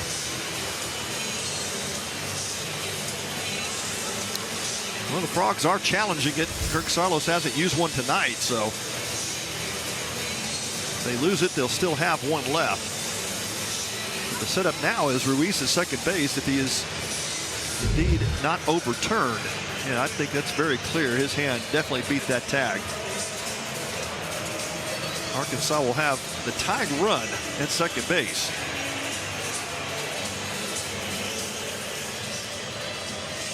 Be the 26th career stolen base for Damian Ruiz. 2 seasons at Houston Christian, stayed in the Southland, went to Lamar last year. And they will confirm this call. Word we're getting that it is safe at second base. Yeah, you saw Franco's tag kind of come up to the shoulder side of Ruiz, and his hand was definitely in there.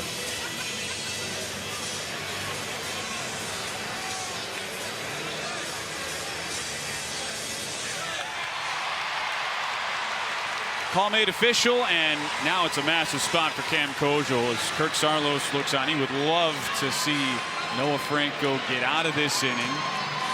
Could set up a clean ninth for the closer coming off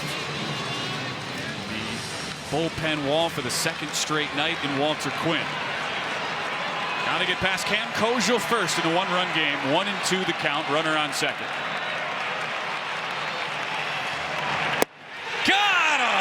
What a pitch by Franco as he goes back to the slider. Is this kid good or what? Nasty job.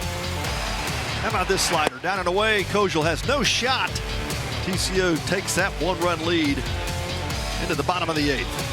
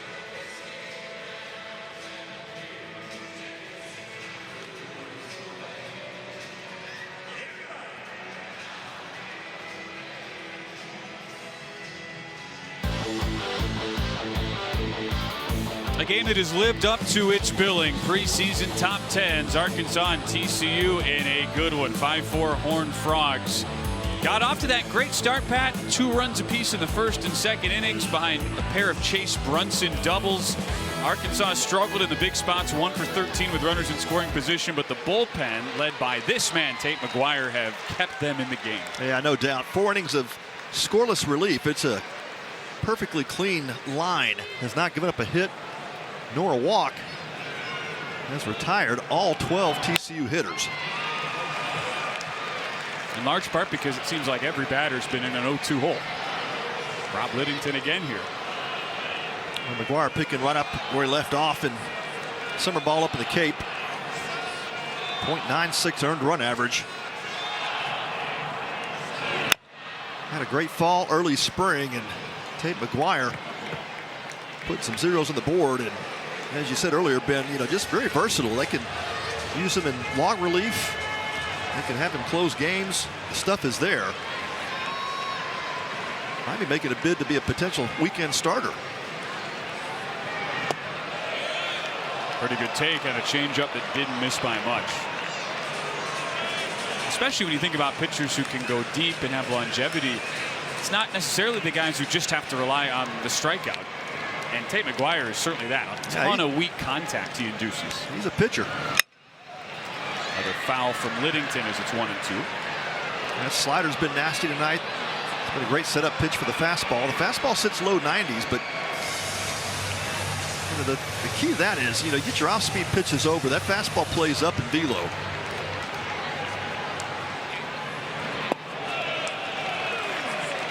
Curveball laid off, and it's 2-2. Just 47 pitches through the first 4 innings for Tate McGuire.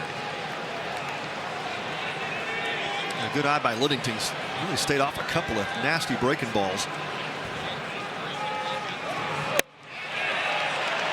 Missed by a hair. And that slider kind of backed up. You can see the glove of Helfrich kind of move slightly inside off the plate.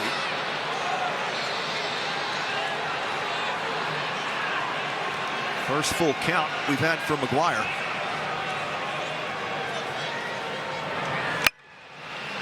Gets the pop-up. Kojal out there. Aloy with the call and the catch. Yeah, late call. That's going to be Turner in right field. Taking the place of Aloy for defensive purposes. And Christian Turner, just brought in. A late call, but a good call. You can see Cam Kojal peel off. It's the last moment. Turner had a much better beat on it.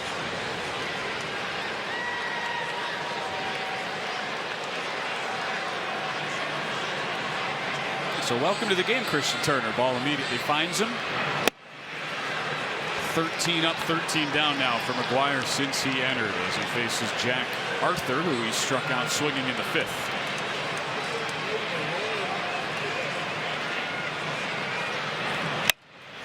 In on the hands to Hopper. Carson Brumbaugh. Yeah, good adjustment by the Hogs shortstop Brumbaugh. You saw that ball kind of climb up on his glove and had to make a quick last-second adjustment. Gets a handle of it, makes a strong throw across the diamond. You saw that 97-mile-an-hour throw just in time to get Jack Arthur. Helps when you have an arm like that. Man, that was a BB. First pitch strike once again to Brady Dallimore. Just 4 hits tonight for TCU. They made him count, most of them early. Big wave and a miss.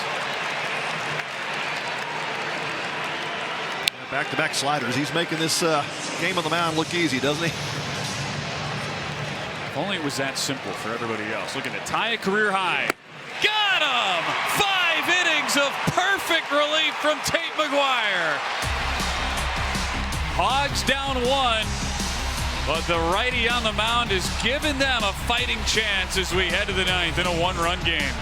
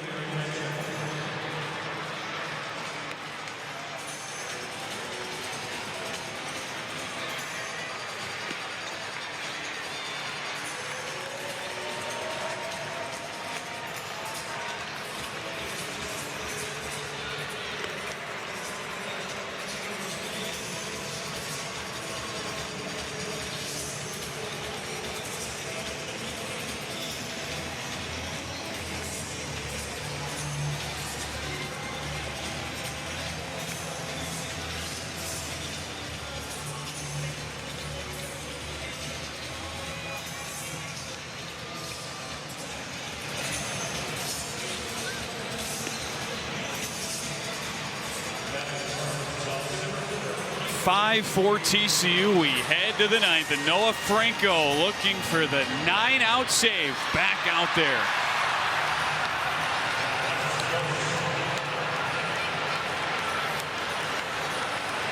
Well, the good news for Noah Franco is the Hogs took Kahil Aloy out of the lineup for defensive replacement. That's the only guy that's touching him up. It's a first pitch strike to Mike Anu to lead off the top of the 9th. Franco came in right after Aloy hit a solo homer off Zach James. It went 447 feet. Due up second in the inning, so certainly a surprise to see him taken out. This pitch misses, 1-1. Mike Anu will try to get this rally going for the Hogs.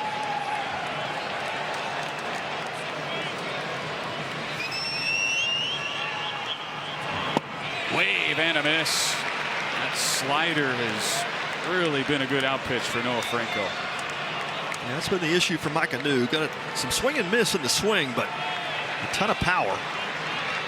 8 homers in the Cape this past summer.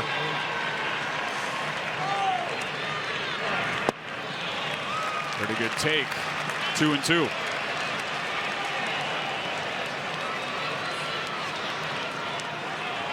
One defensive substitution here for TCU. They bring in Cole Eaton for Jack Arthur out and left. Outside on the slider that backs up on Franco, and it's a full count. You know, Mike Anu should get something to hit here. Can't afford to walk the leadoff man with a 1-run lead.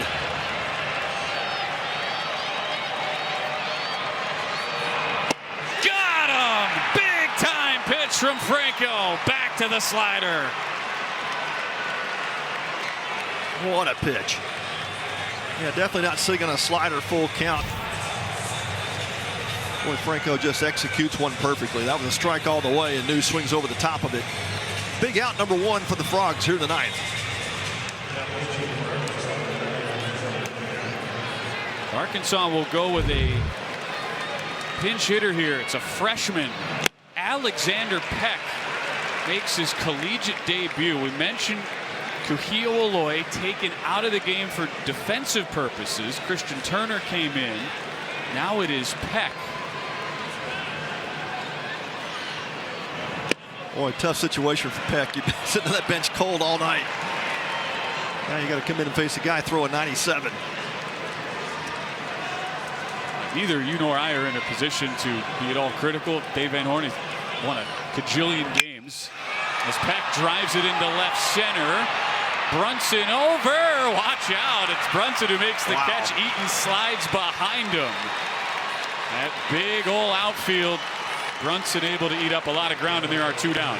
Yeah, that was looking like a dangerous play out in left center field as Cole Eaton was coming across. Chase Brunson making the call the way, but almost a bad collision out in center field.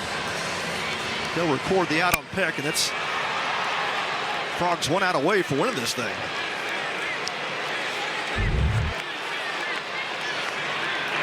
Swing and a miss now on Robinette. Again, not that we're in a position to be critical, but it does raise the eyebrows to take out one of your best hitters when he's due up second. Yeah, you certainly understand for defensive purposes, especially if the game's tied or you got the lead. But yeah, now Franco said he's lost his pitch comm, and they're going to signal pitches into Dallimore straight from the bench. Now they're going to call timeout. Got to try to fix what's going on here with Franco. The last thing you want is for there to be any sort of miscommunication or misunderstanding in a spot like this.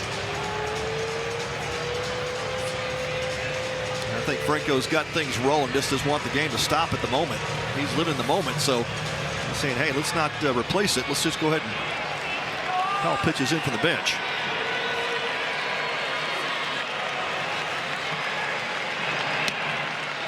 Inside on a slider, 1-1. We were treated to a 2-1 Arkansas win over TCU last year in this tournament. It was the game of the tournament from a quality standpoint. Another great one down to the wire here. TCU by a run, trying to hang on in the top of the ninth.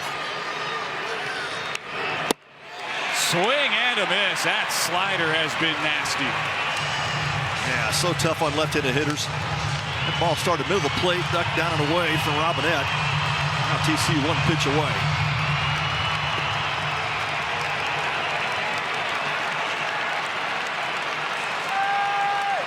The 1-2. Swing and a miss. They'll have to throw down to first, but that does it. The Horned Frogs get their revenge.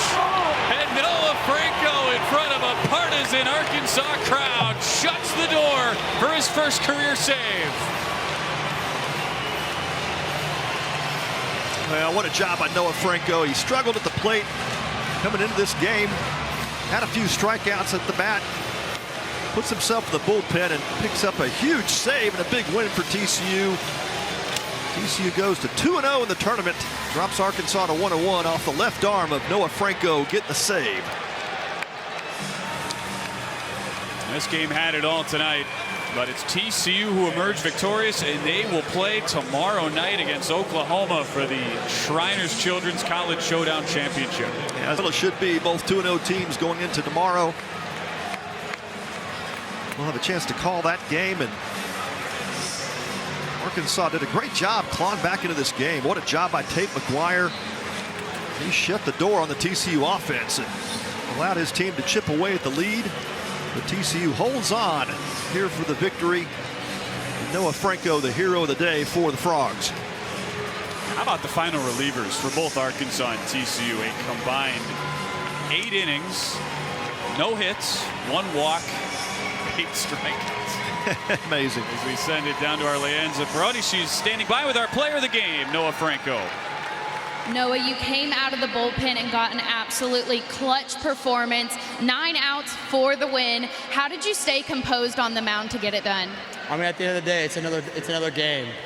Just gotta keep trusting my boys, and I mean, we stay together. It's a good ball club. But when you're playing another good opportunity with playing against another team, you gotta take another day.